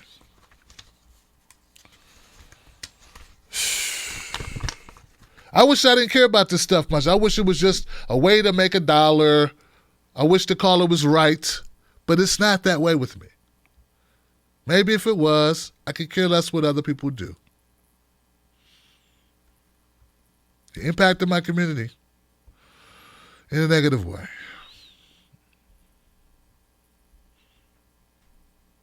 And I just wish it was different, because we could give them a run, man. We can give these hacks a run. We could give them a run and help fuel the progressive movement. We can.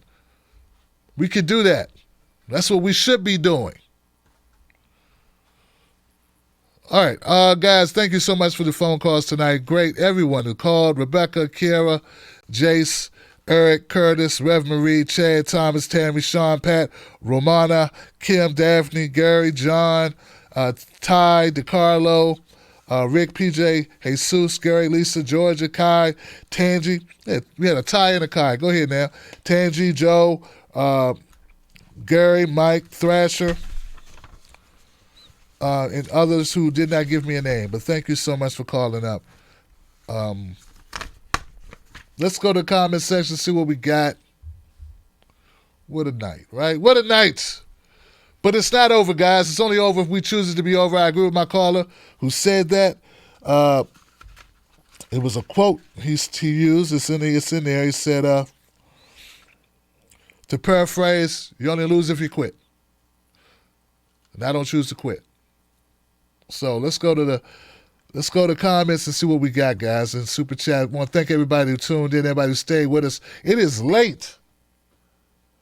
Pamela Strandquest, thank you for joining, Pamela. Hey, Deborah Cochran, thank you. Thank you, Sheldon Hughes. Tony DeMille, Tulsi the Frog Gabbard endorses the king of warmongers. Tanya A. Xavier says wrong. It's Tulsi and Biden versus Tulsi. Bernie is weak and sees Biden as a friend. Tulsi rails on the DNC. You can't rail on something and then endorse their guy. You can't do that. If at the convention, if you sign a piece of paper at the convention for you to endorse the nominee, that's different. You don't say when there's still people to vote, this guy's obviously the nominee. No, the nominee is chosen at convention. The nominee is chosen at convention. It's not the nominee because the media said that's the guy. The media doesn't get to decide. I haven't even voted yet, Joe. Hey, Xavier, I haven't fucking voted, and you think your candidate, because you like him, is okay to say, I'm going to endorse this candidate who I haven't voted against or for yet. Because the DNC said, screw that, accept the fact that your candidate is full of shit. Accept it. It's what it is. You're not the only person who's ever been disappointed by a candidate. Don't blame my candidate for your candidate's ineptitude. My candidate calling Joe Biden a friend doesn't mean anything. He also called him a liar in front of the whole fucking world. I noticed you left that part out, though. I noticed you left that part out. How he humiliated Joe Biden in front of the whole world on stage. You don't quote that. None of you Tulsi-crats quote that part. When you defend the indefensible. Some things are indefensible. Word usage is not indefensible. Calling someone a friend is not an indefensible infraction. You know what it is?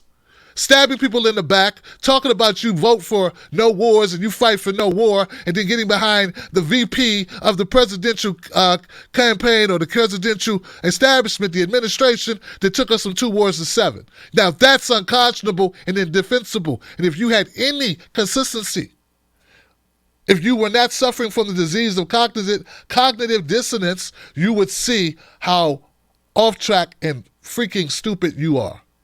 It's moronic. Do better. I'm not reading the second one. Marcus Will, Bernie's Social Security ads did not work. Why didn't they work, Joe? Why didn't they work? Because media, guys, I'm in this business for a reason. You have to understand. Repetition matters. They would have worked if they were picked up by mainstream media who continued the conversation. Sort of like Russiagate. Did Russiagate work? Did it scare the hell out of people?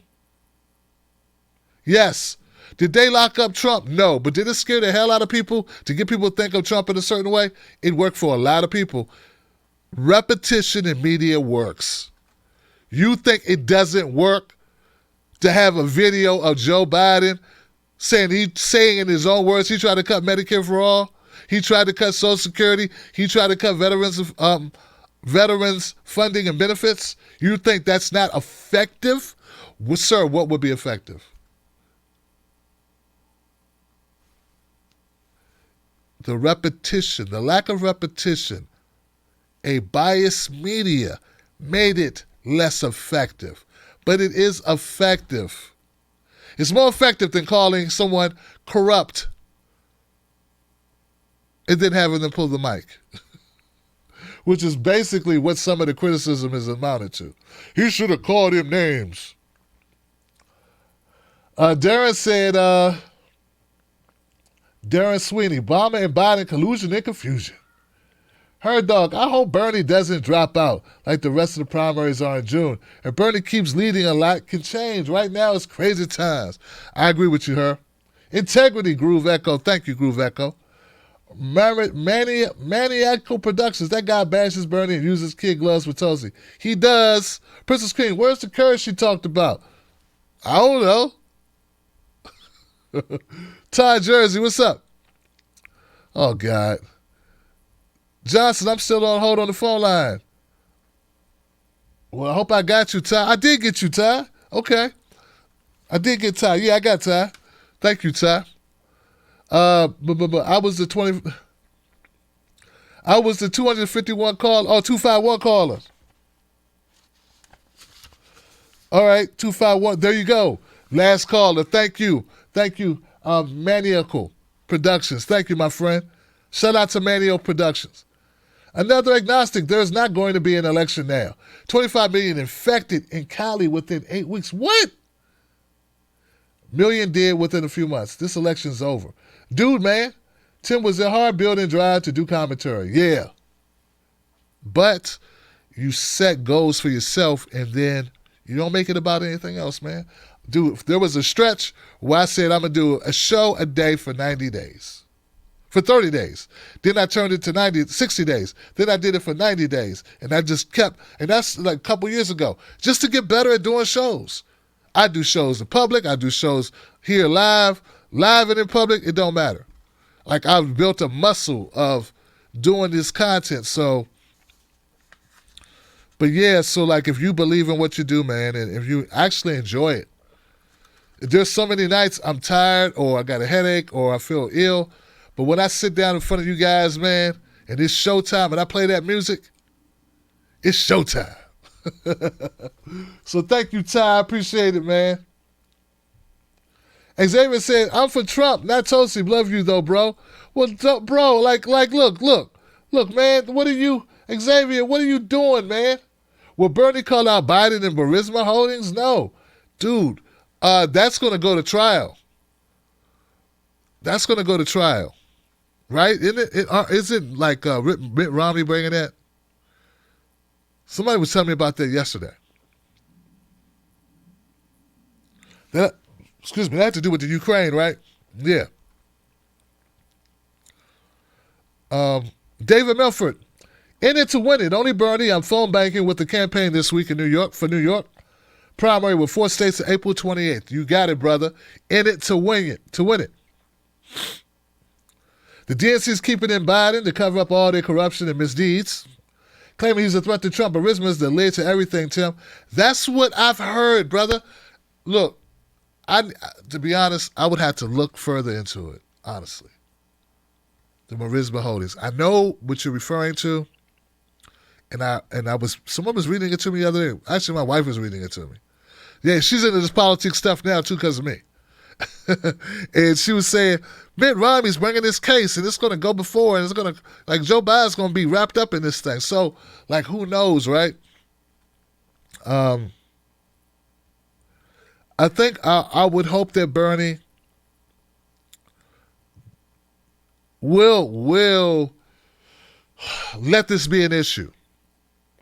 You know, unlike the email stuff when he was like, I don't want to hear about your bloody emails. No one cares about the emails. Okay, I would hope that this time he's like, yeah, Joe, what's this with the Burisma? Screw this. I didn't come here to play. What's this with the, you know, let's get to it. Let's go. Let's find out more. Let's get to the bottom of it. Feel me?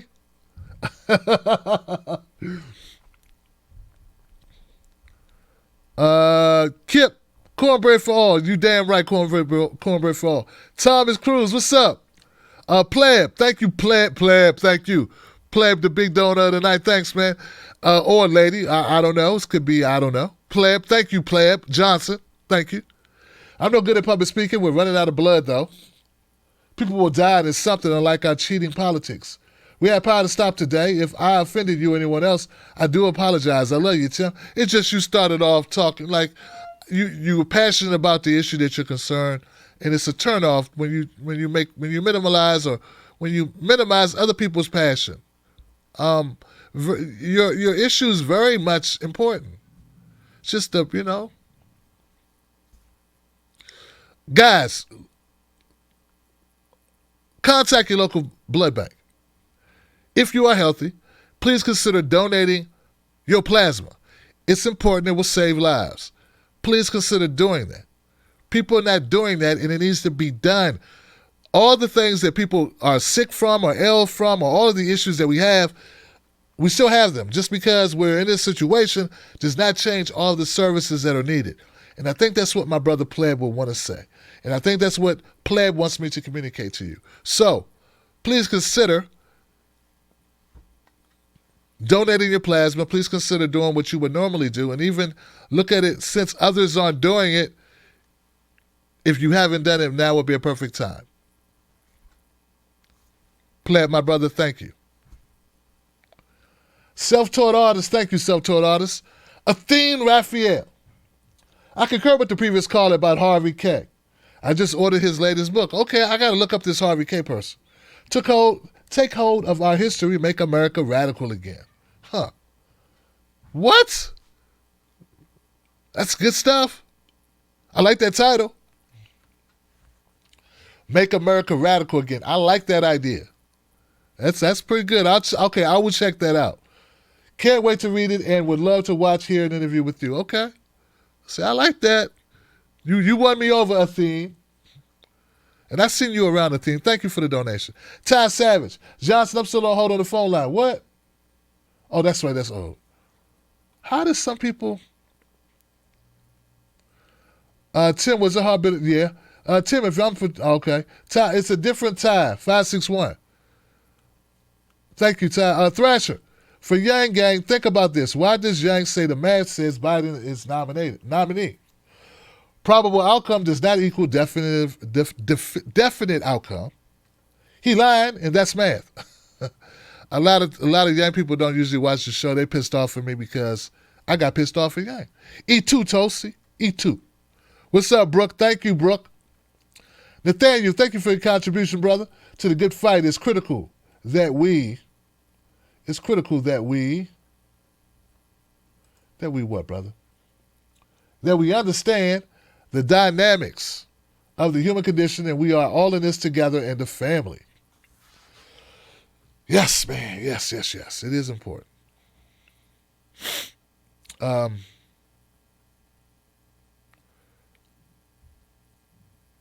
We gotta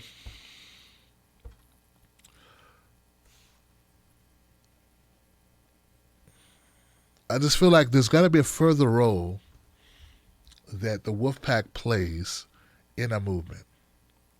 More than just being a show that has a great community of people, there's got to be something more that we can provide. And I'm working on that.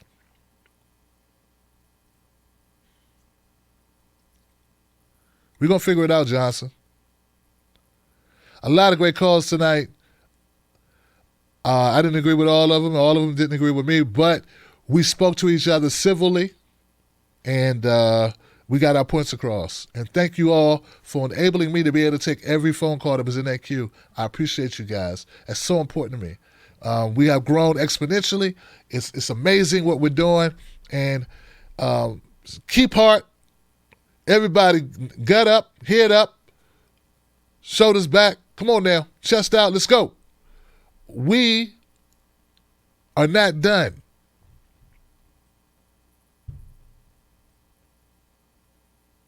Let's finish the thing. Let's finish the thing. Let's keep going. Actually, I don't think it's ever going to be finished, but let's keep going because we are in this. So I'm committed to what I'm doing. I hope that you're committed to it. You understand the importance of weathering the storm.